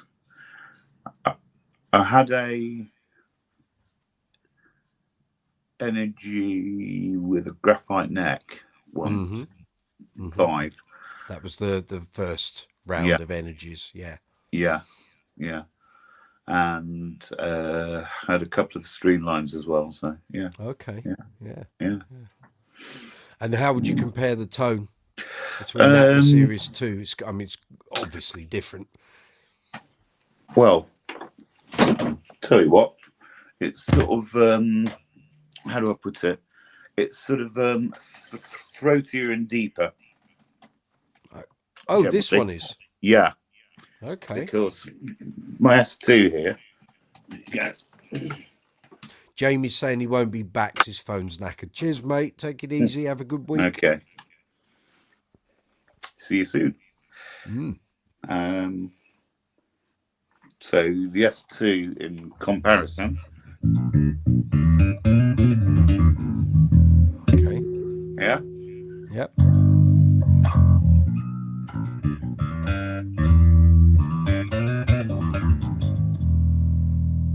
Okay. Yeah. Yes, the other one's got a bit more punch, hasn't it? Yeah. And sort of a bit more focus. Whereas the Series, I always think of the Series 2s and the Empathies as kind of having like a blooming sound. You play a note and it takes a while to expand. Right, That Series 2 sounds like it's quite sort of focused within a sort of corridor of tone. Yeah. Nice. Great. Well done, sir. Yeah. You did well. That's good stuff. Not bad at all. Yeah. And the fact, had the guy, well, clearly he played it because you've got the wear marks. Oh, yeah. But, has it been a while since it had been used? Or not too long, I don't think. Okay. Yeah, probably. Yeah, so, yeah. Oh, well, as long as it goes to a good home and it's getting used, that's the thing. Oh, yeah, absolutely. That's the thing. Dawson, good to see you. Welcome. Ollie, sorry, I keep saying Ollie Bowen. I just think of you as Ollie. I've always loved Series 2000s. Where is it? Put it in the rack over there. I can't really get to it at the moment. My Series 2000s over there. 1, 2, 3, 4 bases along from the Jaydee. One day I'll get one of my own. I'm sure you will. I'm sure you will. I had a guy come on to the community tab last night, asked me to help him with an evaluation for his insurance because he was actually about to move country, and he didn't know what to value his Series 2000 at. And I said, well, you're kind of looking at high 2000s through to about 4,000 depending on condition. Yeah. It's a 1988. Yeah. He said, are you sure? That sounds very expensive. I said, A, it's an 88.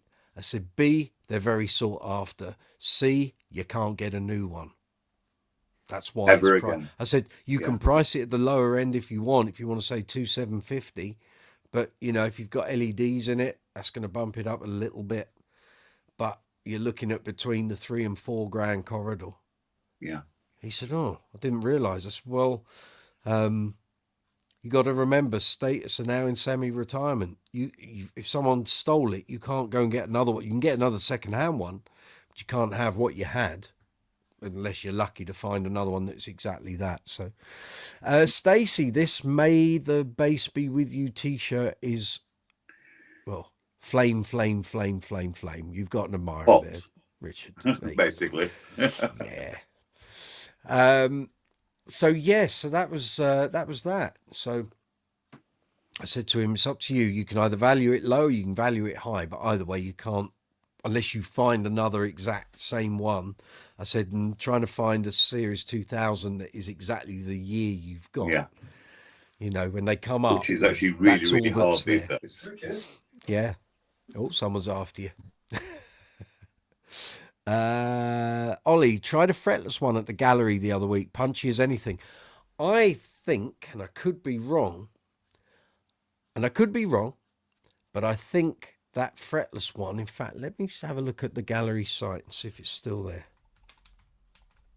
I think it might be. I think that might be Phil Spaulding's old bass, which he did a hell of a lot of work with. Just bear me a minute. Status. Oh, it's the Ultravox one. Sorry. Yeah. Chris Cross passed away, I think. And yes, well, that's a GMT pickup. That's one of the originals. So yeah, $4,500 sounds about right. Although there's a little bit of a premium going on there because it was Ultravox's bass, but they are great fretless statuses. Punchy as anything, exactly that. Gary Nelson, I've got a T-shirt that says Tesco Value Bass Player may contain bum notes. We could all do one of them, Gaz. Rob Steen, the fretless is from Ultravox. Thanks, Rob. Yeah, I know actually a lot of Phil Spaulding's basses are still with his partner, his wife, and she will be.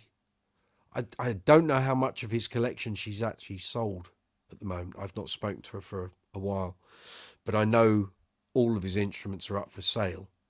But I think she's still sort of getting her head around how to move them on. So as and when I next speak to her, if she's progressed any further in that decision-making process, I'll let everyone know. And the daft thing is, a year before he passed away, I was going to buy a 72 Precision off him for my 50th birthday, but in the end bought the GB Rumour, the white one. But there we are. There we are. Very good. So a little holiday for you, young Richard. It is indeed, yeah. Young, thank you.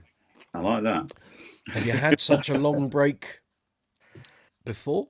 Apart from lockdown, obviously, when we were all in the same couple of times, yeah. It's just an odd actual period, as in from mid-July, I'm out, flat out. Yeah. So bookings right through till November 2026. Oh, very nice. In actual fact, one came in the other day, actually, a Warner's job for, I think it's March 2027. Oh, wow. Great. Yeah. We like that. That's always good. Yeah, it is. That's always very good. Yeah. So. Yeah, it's nice when you get the, or you play in a band and you do New Year's Eve and they want to book you up for like the next 3 years consecutively. Yeah, that's right. Yeah. Oh, we'll take that deposit. Thank you. That's great. Yeah, we can happily oblige with that.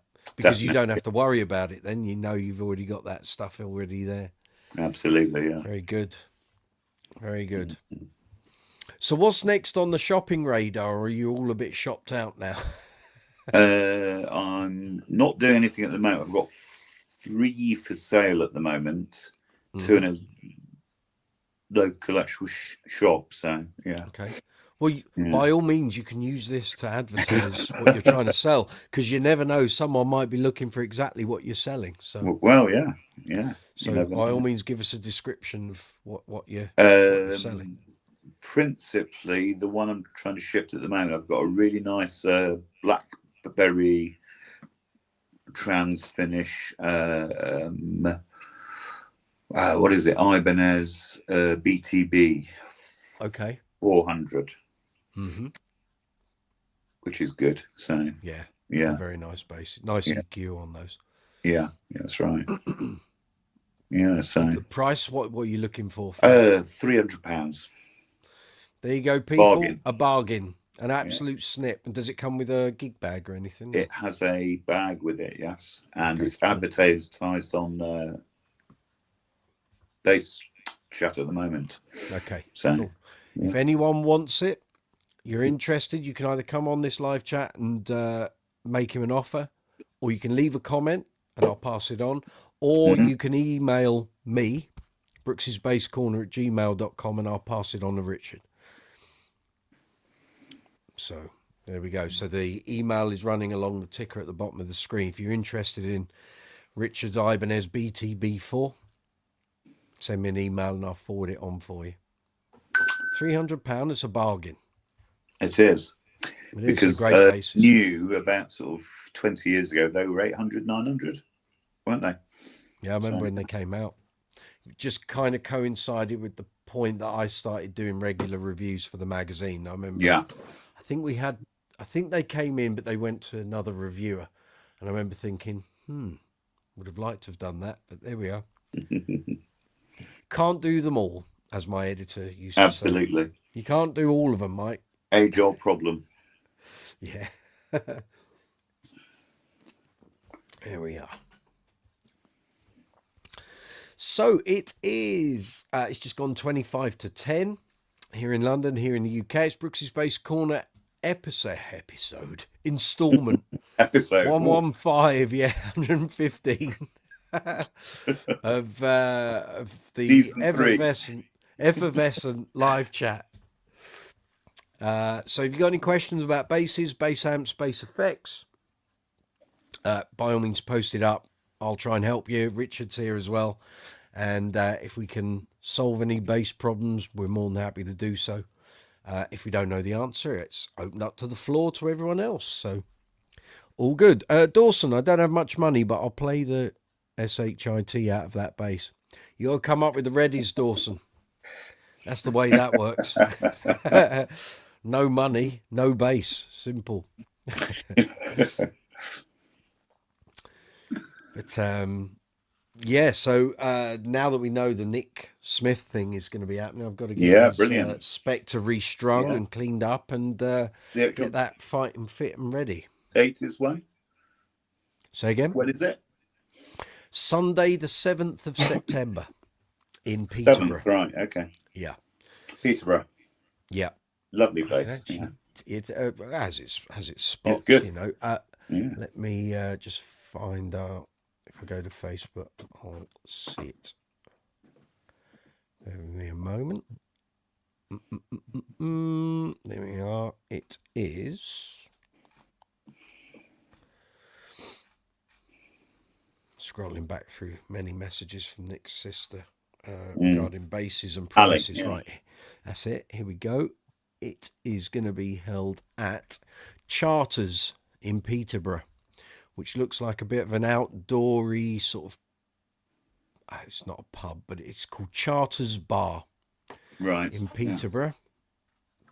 There is a Facebook page. Let me see. It's a place called Town Bridge in Peterborough. Here's the Facebook link for anyone who wants to check it out. It looks very nice. And they're hosting it. So I'll post this here. Anyone wants to check it out, or if they're watching after the event. So that'll be a good day. Yeah. Hopefully. And as I said, Jamie's going to be coming across. You've sent me some pictures of your bass. Let me just save those. Yep. I'll stick those in there. Right. Anyone's interested in Richard's Ibanez that's for sale? Here's some photos for you. That's very nice. Let me get rid of the message there. Oh, seem to have removed the photo as well. Bear with me a moment. I'll do that again.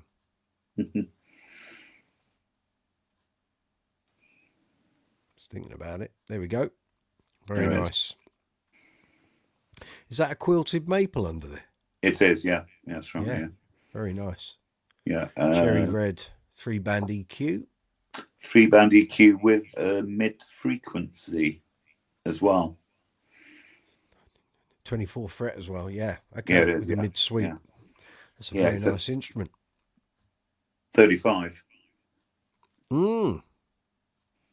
Nice. 35-inch 4-string. Yeah. Ooh. Yeah. That'll growl a bit. Big. Yeah. That's nice. I'll put up a couple of these other photos. So close up of the body coming your way. There it is. Yeah. That's a belter. £300 bargain. Headstock.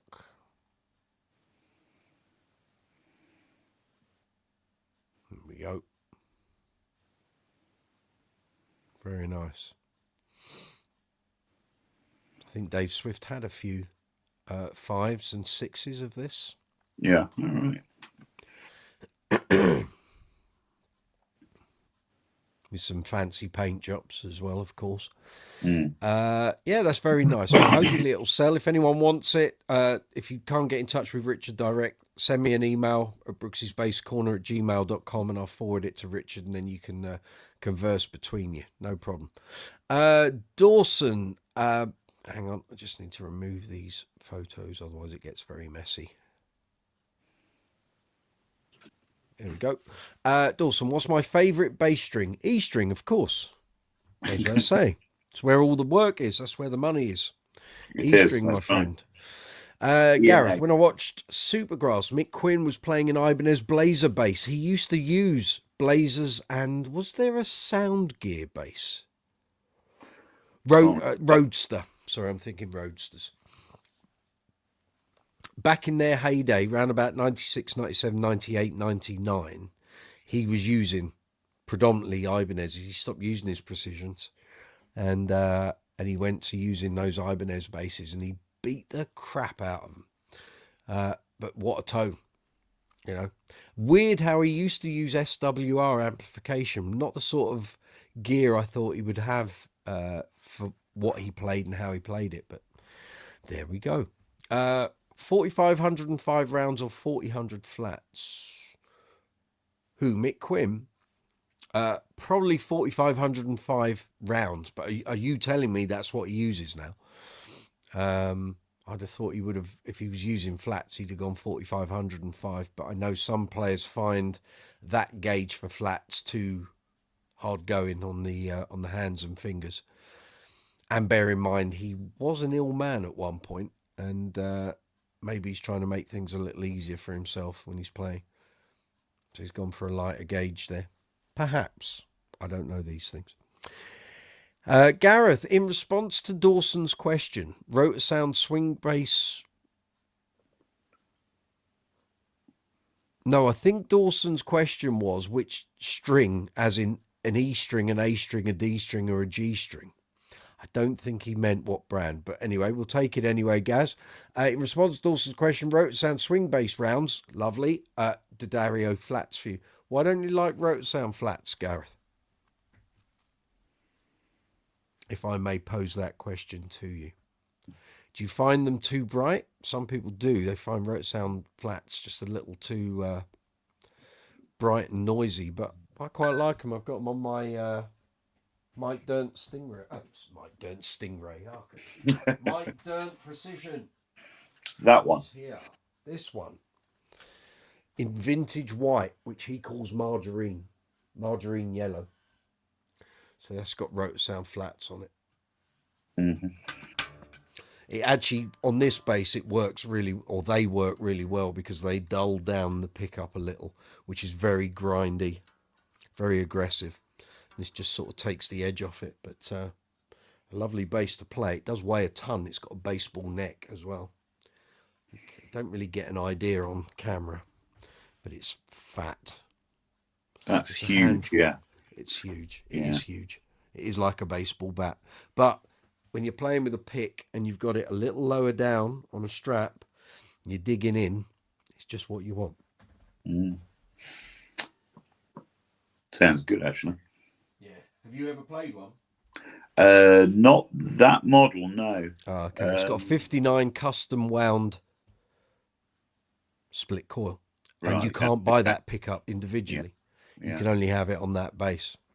Yeah, the actual sort of closest I've been is an American vintage Precision, which had the actual full sort of width nut,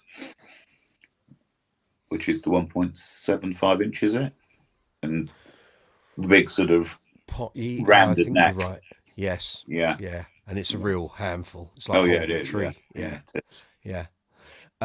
Gareth, never tried them in terms of rote sound flats. Then the music store only had the Dario when I went to get some and stuck with them since. Fair enough. Worth try. If you want a flat wound that doesn't sound like all the other flat wounds, give them a go. They're not cheap. So you might need to buy... Decent ones aren't, are they? No. I actually flats seem to have gone, and the daft thing is, flats rocketed up in price about 7 or 8 years ago. They used to be the same price as a set of rounds. They used to be 20, 25 quid. But all of a sudden, they've gone like 40, 45, 50. I've actually got a Mustang with Tomastics on. Okay. And it's, great. They're not cheap. No, the last set I bought was about 65, around there. But again, if you're using a bass with flats on a gig, it kind of it pays for itself, doesn't it? Yeah, it does. Yeah.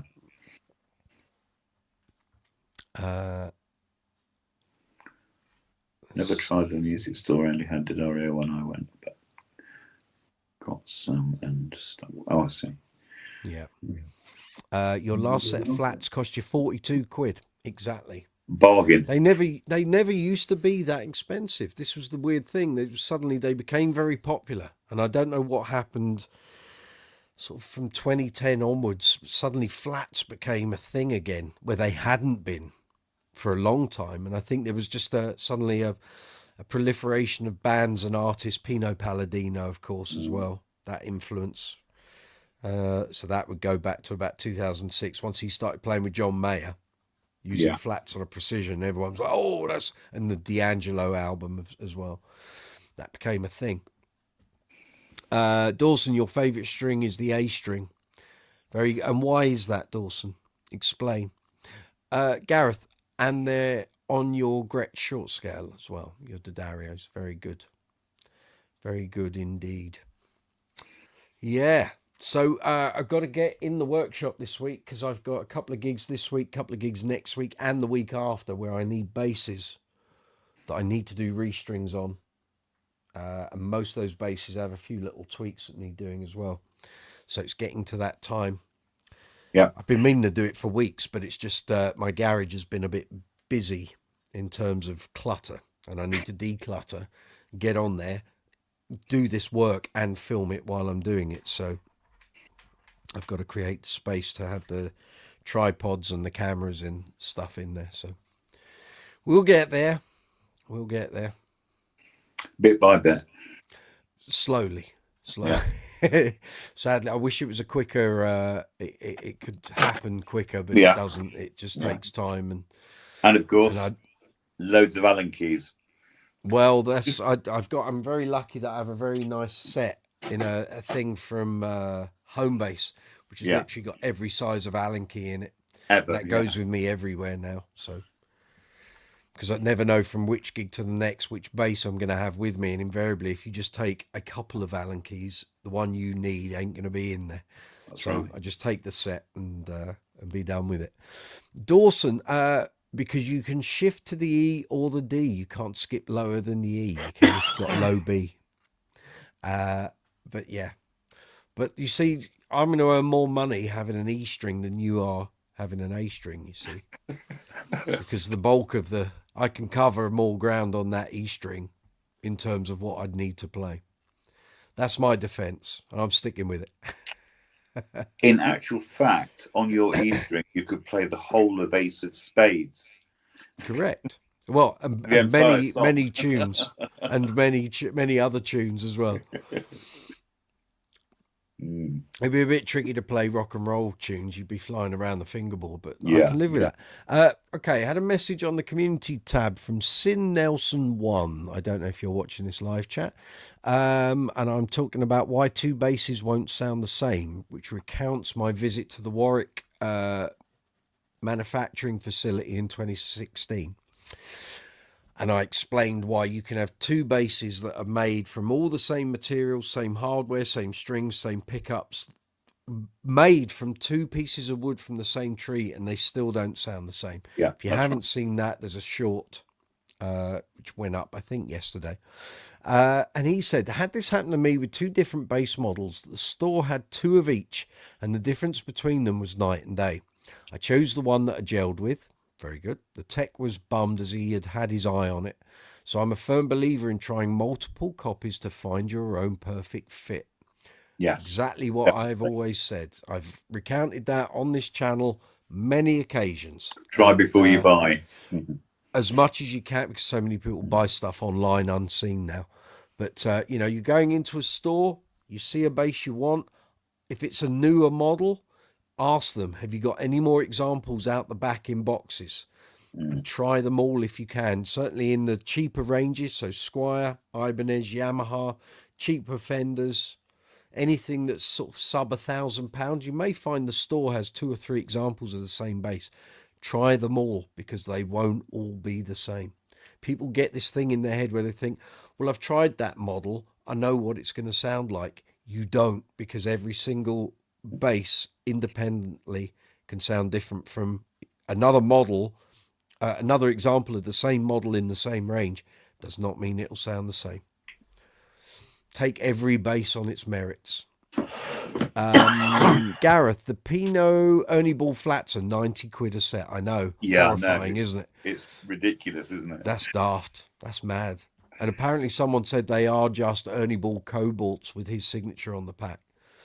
That's, yeah. Good luck with that. Ollie, still carrying on with the bass build. Very good. Although I've had a massive setback, I wasn't too happy with the neck, so I've glued up a new neck blank. Good man. Starting again with it. Okay. You go for it. You keep us abreast of all these developments, sir. Gareth, depends if it's a Wednesday bass or a Monday or a Friday bass. Can't remember what we were discussing there. It's fine. Dawson, apparently Mark King believes two basses can sound the same. No, there's no sarcasm there. No, he does believe that two basses can sound the same. That was the issue with him and Bernie Goodfellow. But it's very hard, and I often refuted that claim because I think certainly with high-tech preamps you can get within a ballpark of two sounding the same. But then with my own eyes and my own ears, I stood there at Warwick and they had two basses made from the same tree. They had the offcuts from that tree were there as well. All the hardware pickups were identical, and they had a sound wave screen. And they played one bass and they went through each of the strings, and you could see the sound waves as they went along. And they said, right, and now this is the other bass, and that was on a separate screen, and it was all markedly different. To my ears, it kind of sounded pretty much the same, but they said, well, no, look at, and they would zoom in, and then they'd compare the waves for each string, and you could see one of them had far more like low end and low mids, and the other one had a sort of exaggerated clarity in the top end. You can't replicate the material that your bass is made of. And even with graphite, I've said this one before as well, I had, bearing in mind these models were either wooden bodied or foam core, but I think they might have all been wooded. So I had 5 Status Series 2000s at one point, and they all sounded different. None of them were the same. I kept the one that sounded the best, sold the rest on. Gareth, a bass built on Monday staff are hung over a bass. Sorry, a bass built on Monday. Staff are hung over Oh, a I bass see. built on Friday. Staff are rushing to finish for the weekend. Very good.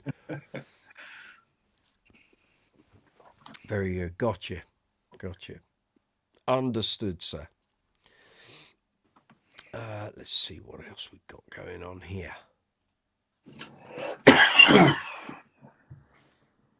You all right there, fella? You're not gonna not gonna have a coughing fit on me? No. No, it's drink time, that's all. Understood. That's good. Analytics are good. Stream health. Quickly, Michael. Quick. Stream health. Stream health. Stream health. There we go. Stream health is healthy and excellent. Very good. Okie dokes. So, Gareth saying, ideally you want a Wednesday bass. Well, yes. Yeah. Or, of course, an actual bass where each and every bass goes through the hands of one man. Yes. We know who that is. Yes. Yeah. It's sadly those sort of days are becoming a rarity. Yeah, they are. Yeah, that's right. They are. But yeah. So you might know. You might know. I read something the other day that Status are not taking basses in for refurb and repair anymore. Is that correct? I have no idea. No. Because I've got a Status Matrix here that I'm thinking next time I pass Colchester, I will speak to them in advance. I want to take in and get into reshield the cavity, control cavity. Yeah. Maybe look at the pickups. Maybe look at the pots. I'm wondering if the pots might need replacing. But I read something on, it might have been on Bass Chat, and someone said, oh no, they're not doing refurbs and repairs anymore. Oh, right. No idea. Like, there's a lot of Status basses out there. If we can't go back to the maker for repairs, we're in trouble. Well, we are, because people aren't going to want to go to outside repairmen, because it will fall into that. This is now a vintage instrument. You don't want to be replacing parts that are non-stock. Yeah. So no idea. We're now into vintage Fender territory, where you don't want to be replacing things and respraying and all of that. You should be keeping these things as they are, because in 10 years' time, people will be going, don't know if I want that natural weave stealth because someone's done a relacquer or they've changed something. Yeah. No. We're in that territory. No idea of that. Yeah. So now it's getting to a point where a lot of these 80s and 90s basses, you want to keep the parts original. Yeah, definitely. We have to learn our lessons from all these old vintage Fenders. You know, they're worth more with the parts broken.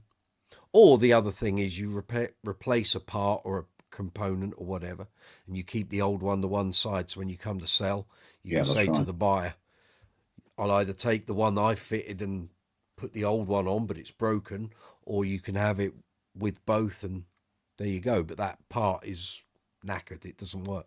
Yeah. A murky world, for sure. It is indeed, yeah. It's like I sit there looking at some of these and I'm thinking, please don't go wrong. I don't want to be replacing parts and controls and hardware and tuners and circuits and pickups, but it actually might be a sort of good move in general to order a preamp board or two and a, pot, Yeah, that's why I might well contact Dawn in the next couple of days and say, I've got this Matrix. Would you be able to, would you take it in for a look and a repair and a refurb? I don't know quite what it needs doing. It's just noisy when you take your hands off the strings, which sounds like a grounding issue. Earthing, yeah. But it could be something. I know the pickups got, one of the pickups was rewired wrongly, and I took it to the gallery and they sorted that out. And I remember it showing some evidence of noisiness, but it's worse now, and that's probably like another 12 years on since the gallery looked at it. So I'm very aware that bass is 35 years old. Components are going to start going and dying. Yeah, true. So yeah. I'd rather it went back to the maker. Gareth, basses are meant to be played, correct? But as collector's item, I'd never buy a bass. I'd be afraid to gig. No, I've said before, and people have asked, do you take your alembics out? Absolutely, yes, I do. Do I take my kubikis out? No problem. I have no problem taking gear out to be used on gigs. That's what they're there for. But it's just now we're in a corridor of age, if you like, on some of these instruments. In the back of your head, you're going, actually, these are now rapidly going up in price. Certain models, certain brands, and you start to think, I need to be looking after these if you want to retain their intrinsic value. But we'll see. We'll see. In the next 5 years, maybe I'll have to retire a few of these and just put them away for safekeeping. But it's not like I don't have enough otherwise. But some of them they're a joy to play, and you don't want to stop using them just because of the financials. But it depends. If you've got something and it's worth a very pretty penny, do you really want to be taking it out? I think. But here we go. How many people we got here? We got 8 on at the moment. Okay. All right. Well, we go for another half an hour or so. We may get a sudden flurry of people come in, because we do sometimes after 10 o'clock. So you never know. That's it. You got any questions for me? Anything that we didn't cover last week? I've completely forgotten what we talked about last week. Well, we did talk about GBs. We did talk about GBs. We did, that's right. Talked about your Mustang. Yeah. Status we could talk about forever and a day. Forever. So I'm quite happy to talk about those. Bore everyone to tears, yeah.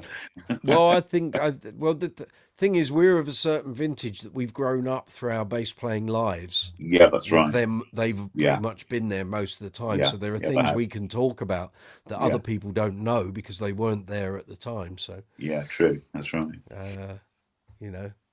During mid 80s, you'd watched any TV program with a band or a singer, and invariably it would the bass player would either have a Status, a Wall, yes, or or Warwick's, as we got later through the 80s and into the 90s.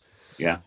In actual fact, I was trying to remember the other day. I could have sworn in one of the Top of the Pops videos for Wax. Mm-hmm. I'm sure he was using an S2 or an S2000. Possibly. It was either American English or the big hit, and I can't. Building a Bridge to Your Heart. That one, yeah, that's right, yeah. I know that he did have a Goodfellow Classic. Right, yeah. Which he used on Top of the Pops on one of their appearances. He used to. Well, he's always had a nice collection of basses, Graham Gouldman. Yeah. I did know he used an NS2. I'll check that out, actually. I'll have a look online. Yeah. On YouTube. What was I going to say to you? Following on for something we discussed last week, actually. GBs or? Might have been. Again, as I said to Jamie earlier, it's, when I go back through the following day and do the timestamps, you suddenly hear things that you missed out. Yeah. When you were actually doing the live chat. So, I need to ask him about that. What was it? It'll come. It'll come. Was it the point we sort of crossed on when I was typing yesterday on your short impromptu feed where we were talking about... short, it was 4 hours long. Was it really? I did 4 hours. Yesterday's impromptu live chat got over 1,000 views. Did it really? Yeah, it's crazy. I don't get that when we're in landscape format. Your office. Yeah, when we're in landscape format, for some reason YouTube it promotes it, but it doesn't go hell for leather. When you go in vertical format, which is why we got all those idiots coming on here yesterday. Yeah. It pumps it out like loud and proud, like, whoa, there's a live That's chat. Weird, isn't it? And I think some of it gets caught up in the shorts feed because it's vertical. Okay, yeah. And people who are just doom scrolling shorts, they're suddenly go, live feed, all right, I'll go in and be abusive. And that's kind of what was happening, I think. Dawson, what is your opinion of Gibson SG basses? Well, they're kind of legendary. Green and all that, yeah. They're medium scale, I think. So kind of Gibson's version of Mustangs and Performers, I would say. But with that Gibson, I think an SG bass got through neck. So it's quite a different sound. You're They're getting that sort a of, set neck, I think, aren't they? yeah, that's you're Yeah. going to get more of that sort of mahogany, Yeah. grunty, sort of low mid Yeah. grindiness in it that you probably won't get with like a Mustang or a Performer. And the EB Zeros are a 30-inch, I think, around there, aren't they? And the So EB3 is very a bit thuddy. longer, isn't it? About 33 or something That's like right. that. Yeah, it's sort of in between the two. Yeah. And the EB3 obviously benefits because it's got that single core bridge pickup.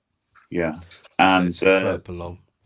generally, the other point is you can't actually slap them because the actual pickup's Right up against the neck. right to the neck, isn't it? Yeah. And it's a big old humbucker. Yeah. Which gives you all that sort of woolliness, which, yeah, you know, when Billy Sheehan's using his attitudes and what have you, he's got that woofer pickup there, and that's what gives it all the. Yeah. Then he uses the split coil to give it the sort of clarity side of things. Yes, Gareth, they can be neck heavy. Generally are. Again, it's kind of a bit of the Bootsy bass dynamic. The body hasn't been thought out in terms of balance. So there's a bit of that.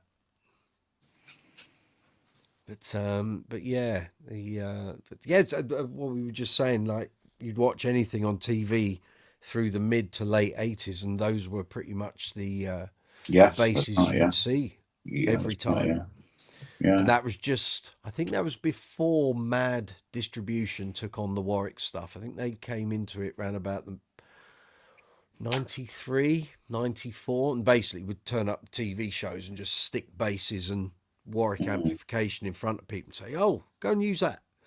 Because it was an advertising board, basically. Absolutely, yeah. Absolutely. But that's where they came unstuck, because all of that stuff had to eventually be paid for by hook or by crook, and they gave so much stuff away that they never recouped the money back.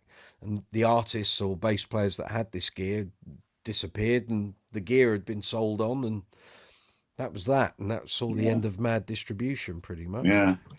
In a very what's that? That's a very summarized view, but that's generally, as I'm led to believe, what happened. Yeah. Which instruments did John Taylor play? Which period? Because if you want a full gamut, it'll take me about 5 minutes to list them out, but I'm happy to do so. Go on then. Go for it. So there are pictures of him using stuff that's been hired in. So recently, some pictures of him using a jazz bass, although he did use a jazz to mime with at the Ibiza concert in '87 when Freddie Mercury did Barcelona. Right, yeah. That Duran did Notorious, and I think they may have done Meet El Presidente anyway, a black jazz for that. And that was just miming. But there's been pictures from the early 80s when they were doing TV miming, and he had a jazz. But what he owned, I need to go back into his book. I can't remember the very first bass he bought, but it might well have been an SB 600. Right. Then he had, during the course of the first couple of albums, SB 600, I think an SB 700. He had an SB 900 and a 1200 for Rio. But by the time they got the 7 and the Ragged Tiger, he'd sort of focused then on the SB 1000. Then we get through 84, and then early 85 was when he got his first Kubickies from Phil. Yeah, yeah. Phil Kubicki. First time he used it was Saturday Night Live in America. Used it at Live Aid. So then during the Notorious album and promotion period, he was sort of phasing out Arias. He had a couple of different Aria models knocking around. Had the Kubickis. Used those pretty much predominantly.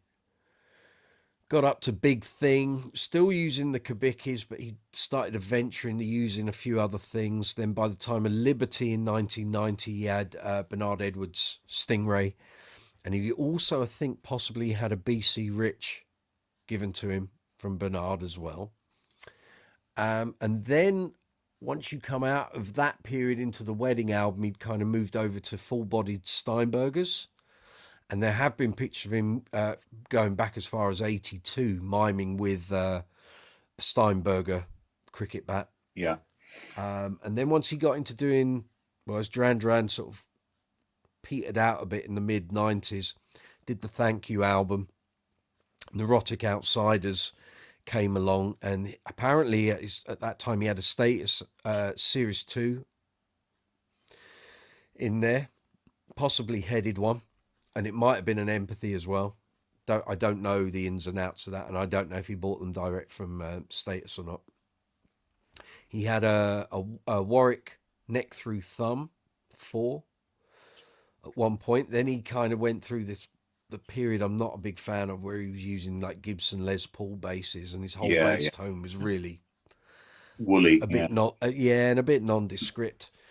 Obviously, then he left in '97, started doing his solo albums, and he was using Ibanez and Yamaha semi-acoustic basses and what have you. And then when he came back into the Duran fold, he went and rediscovered Aria SBs.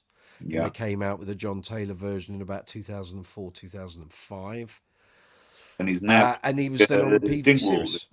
He's on Dingwalls now, but he was using PV Cirrus basses pretty much predominantly from PV.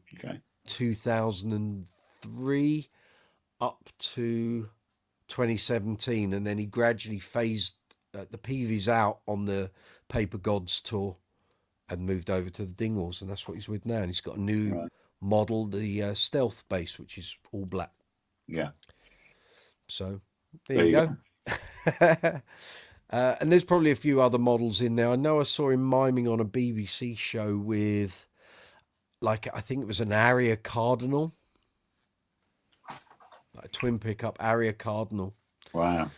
Like a cream coloured one, which looked a bit odd. Bill Clements, good to see you. Got a few responses here. Gareth, did Andy Fraser play Gibson basses? Yes, he did. EB3s, pretty much all the way. He also owns Bernard Edwards Stingray, which he's very annoyed with his tech, because his tech cut the strings off without asking him. They were the strings that Good Times was recorded with. Oh, dear. So Bernard had left the old flat wounds on, never changed them. And the tech came along and went, right, they're coming off. And he cut them off and put them in the bin. So whether he got sacked or not, I don't know. I don't think it was Bernie, his current tech. I think it was the guy that was before him. But that didn't go down well, as you can imagine. Just a little bit. Yeah. Just checking everything's all right. We're all out there. Yeah, that's all good. Stream health is fine. Excellent. Quick look on the dashboard. It's all working. Grand. Community tab. Anyone? No, we're up to date on all of that, so it's all good. Channel analytics. We are going along very nicely. Splendid. Yeah. So that's the kind of John Taylor potted history, really. Certainly been through a lot of gear. And the weird thing is he never keeps really any of it. He'll use something and then just get rid and move on to the next thing. As far as I'm aware, he owns none of his old SBs, doesn't own any of his Kubicki's. Steinberger's gone. He's not a hoarder, but then when you see videos of him at home, he's got huge bookshelves full of stuff, and I'm thinking, you really read all that, or have you just bought a lot of it on spec and just never read it? You never know. I know he's got a very extensive vinyl collection. That much I do know, but he's moved so many times around the world that I guess at some point it gets a bit tedious lugging all that sort of stuff around and boxing it up and looking after it. But how's Bill Clements this week? You good, Bill? Everything all good? If anyone wants to join in with me and Rich, you can. Just got to drop me an email, brooksysbasscorner@gmail.com. I'll send you an invite. Click on the invite and you come through on screen. You can come and join us for a bit of bass chat. It's all good. Gareth, I watched a lot of his lockdown videos. Yeah, they were very good. John Taylor we're talking about. Yes, it was nice of him to do that. I think it kept him sort of busy because he got COVID very early on. And I think he was just grateful to sort of get through it and do a bit of bass playing. It was good the way he explained it all, and it's good to see. Good to see. And he should do a bit more of that. He could actually, I mean, God, it's how many base celebrities set up YouTube channels during lockdown? They've done nothing on it since we came out of lockdown. Nothing. Billy Sheehan's channel's just ground to a halt. There's been nothing on there. Yeah, absolutely. Like I actually really enjoyed the ones with what's his name? Guy Pratt. Guy Pratt. Yes, he's a lively one. Just a little bit, and the interview we did with Scott. I haven't seen that. Was absolutely brilliant. Oh, okay. Yeah, I people asked me before, you know, do you watch other bass channels? And I don't get in there, and I just don't have the time.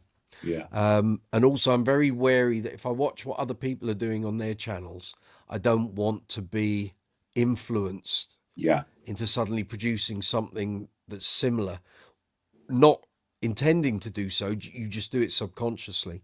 But it's very hard for me doing all the stuff I do on my channel to even begin to look at what other people are doing. And Scott is so relentless in his output, I can't keep up with it, and I don't want to keep up with it. And he has his audience, and that's fabulous. But I just don't get a chance to really do that.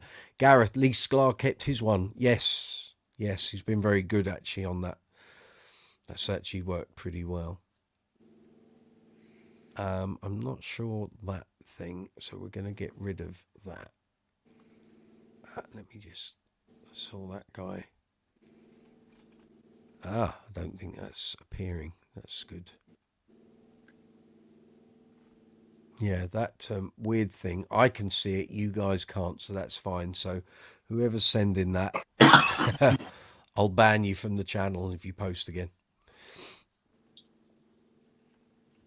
You guys can't see it. Oh, you can see it. Yes, you can, because it's in there on the screen. I don't know what that is or who it's from. If they post again, it'll they will be blocked. They'll be gone. They're not in my native YouTube live chat here. All right. That's odd. Yeah, I can only see it on my StreamYard. Yeah.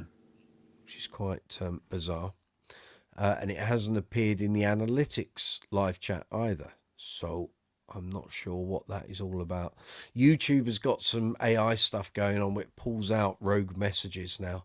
It did yesterday. Quite a lot of the nonsense that was going through yesterday. Yeah. It was hiding messages, so you guys didn't see it. I had to approve it.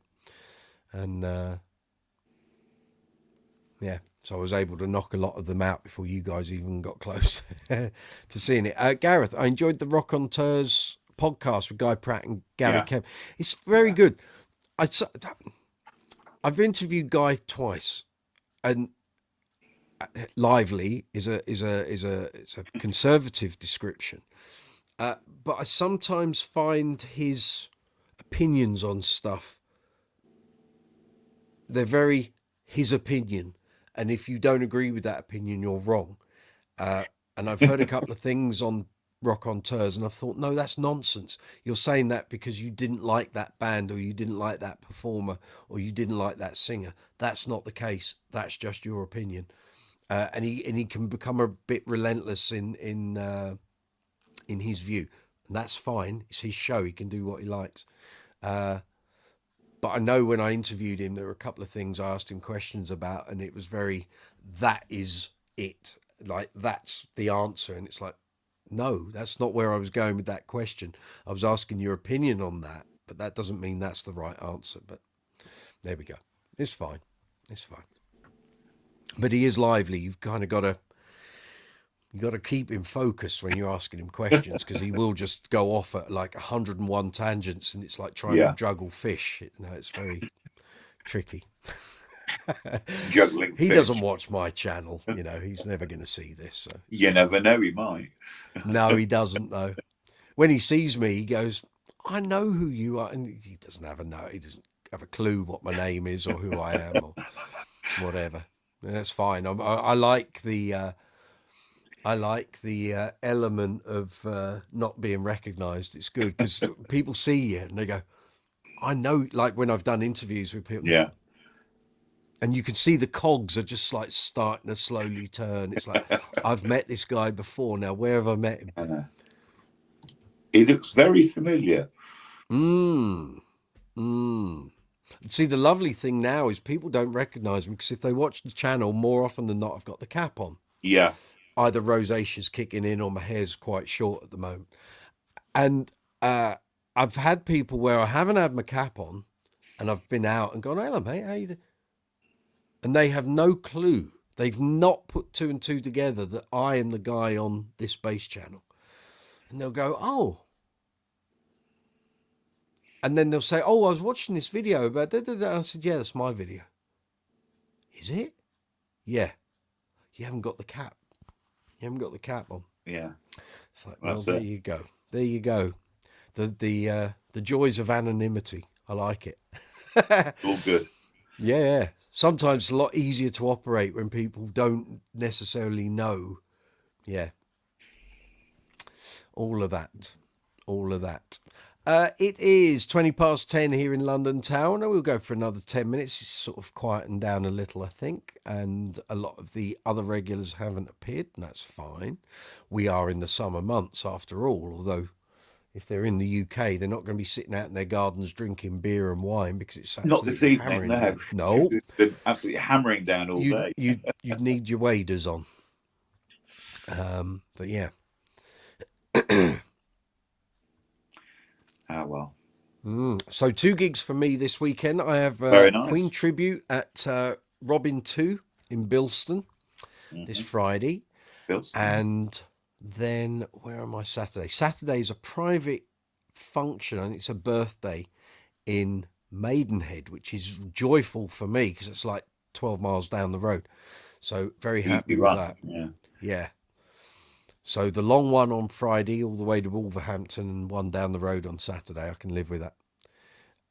It's raining in Oldham near Manchester. It's always raining in Oldham near Manchester. Come on.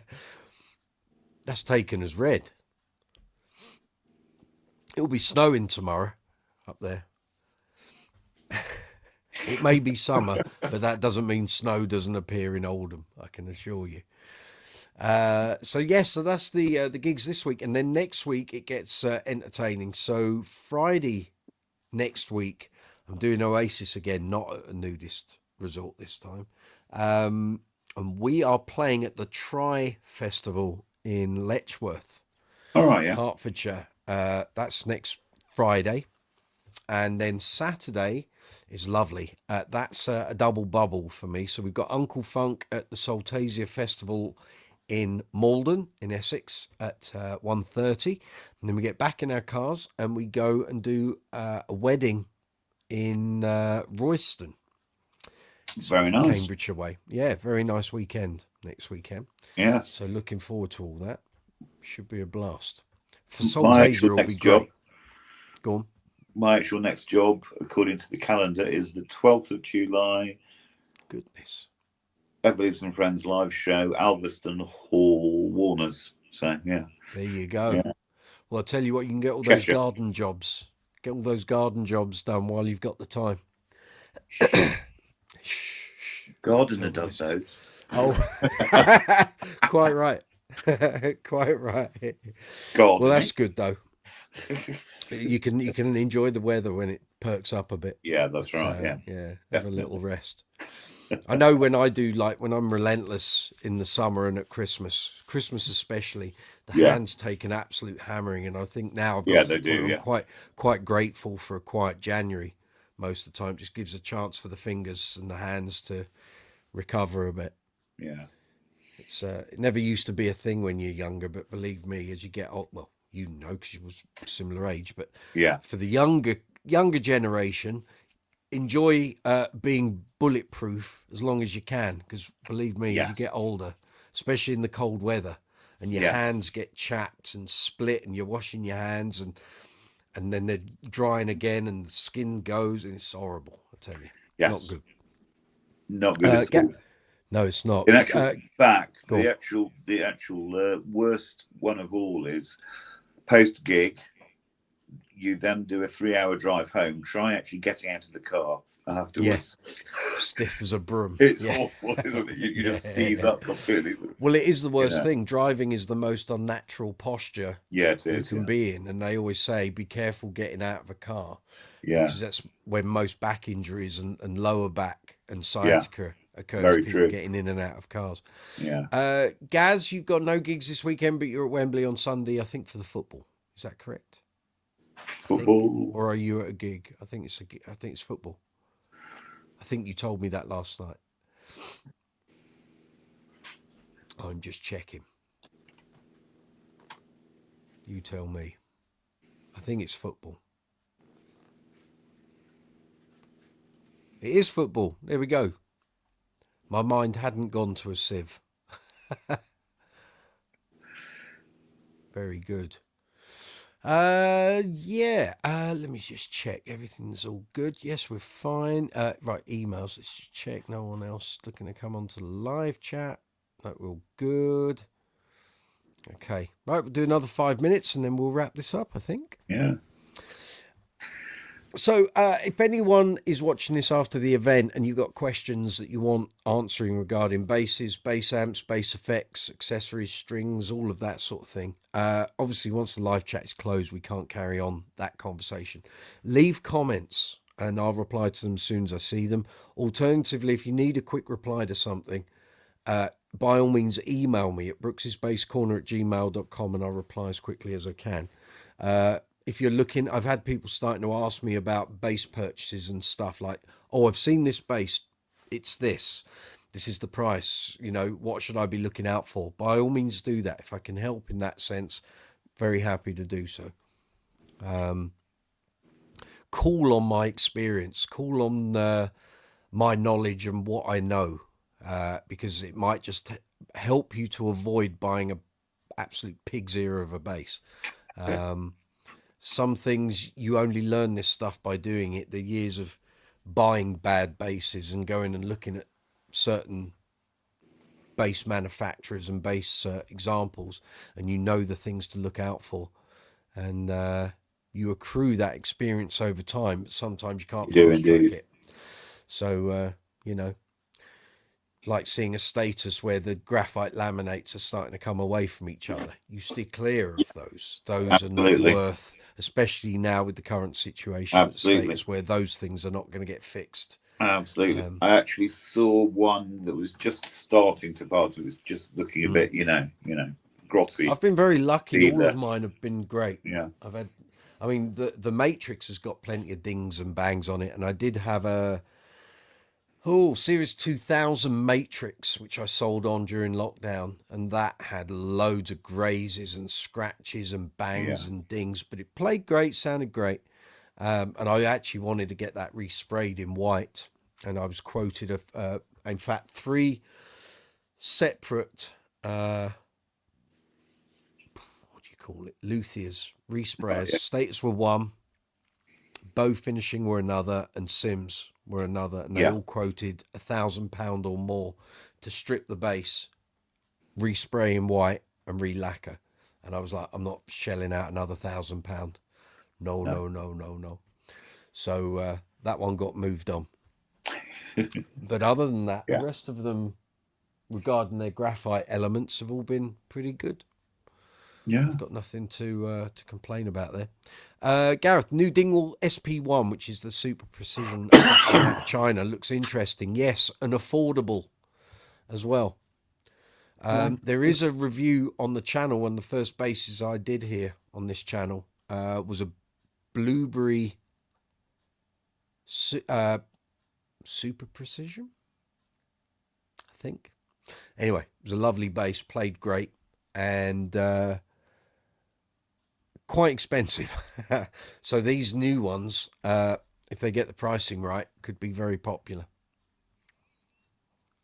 If they get all the right elements done right and price them properly, it'll all be good. It'll all be good. Right, let's see, we've got a couple of minutes. I think we're all good here. Just checking. dokes. Richard's gone now as well. Okay, right. I'll call tonight to a halt. Thank you very much, everyone. That's 2.5 hours. Thank you very much for your time, your attention. Oh, Richard's come back. I'm just about to sign off, Rich. That's all right. Have a great, no problem, have a Mike. great week. You too. Take Hopefully care. see you next week. If you need me for anything, you've got my email address. So No problem. no mate. problem. Absolutely. Take it easy. See you soon. See you again. Cheers, mate. Right. Thank you, everyone. It's been a pleasure. Thank you for your time, your attention, all the messages, all the conversation. Very much appreciated. If you need me, you can email me, brooks'sbasscorner@gmail.com. We'll see you here on the live chat next week, next Tuesday, same time, same place. There'll be videos going up. I'm working on shorts. I'm filming new stuff. That's why past 2 days been tidying the office. Next video up, at the moment I'm undecided. It might be a couple of bass demos coming your way. So keep an eye on the channel. There'll be stuff over the next couple of days. More shorts, some demos, some reviews, a couple of gig vlogs. We just keep going. Conveyor belt carries on producing. So have a great week. Look after yourselves. If you've got any questions or comments, leave them in the comment section below and I'll reply as soon as I get them. On that note, I'm signing out. Have a good week. Look after yourselves. Take it easy. See you next week.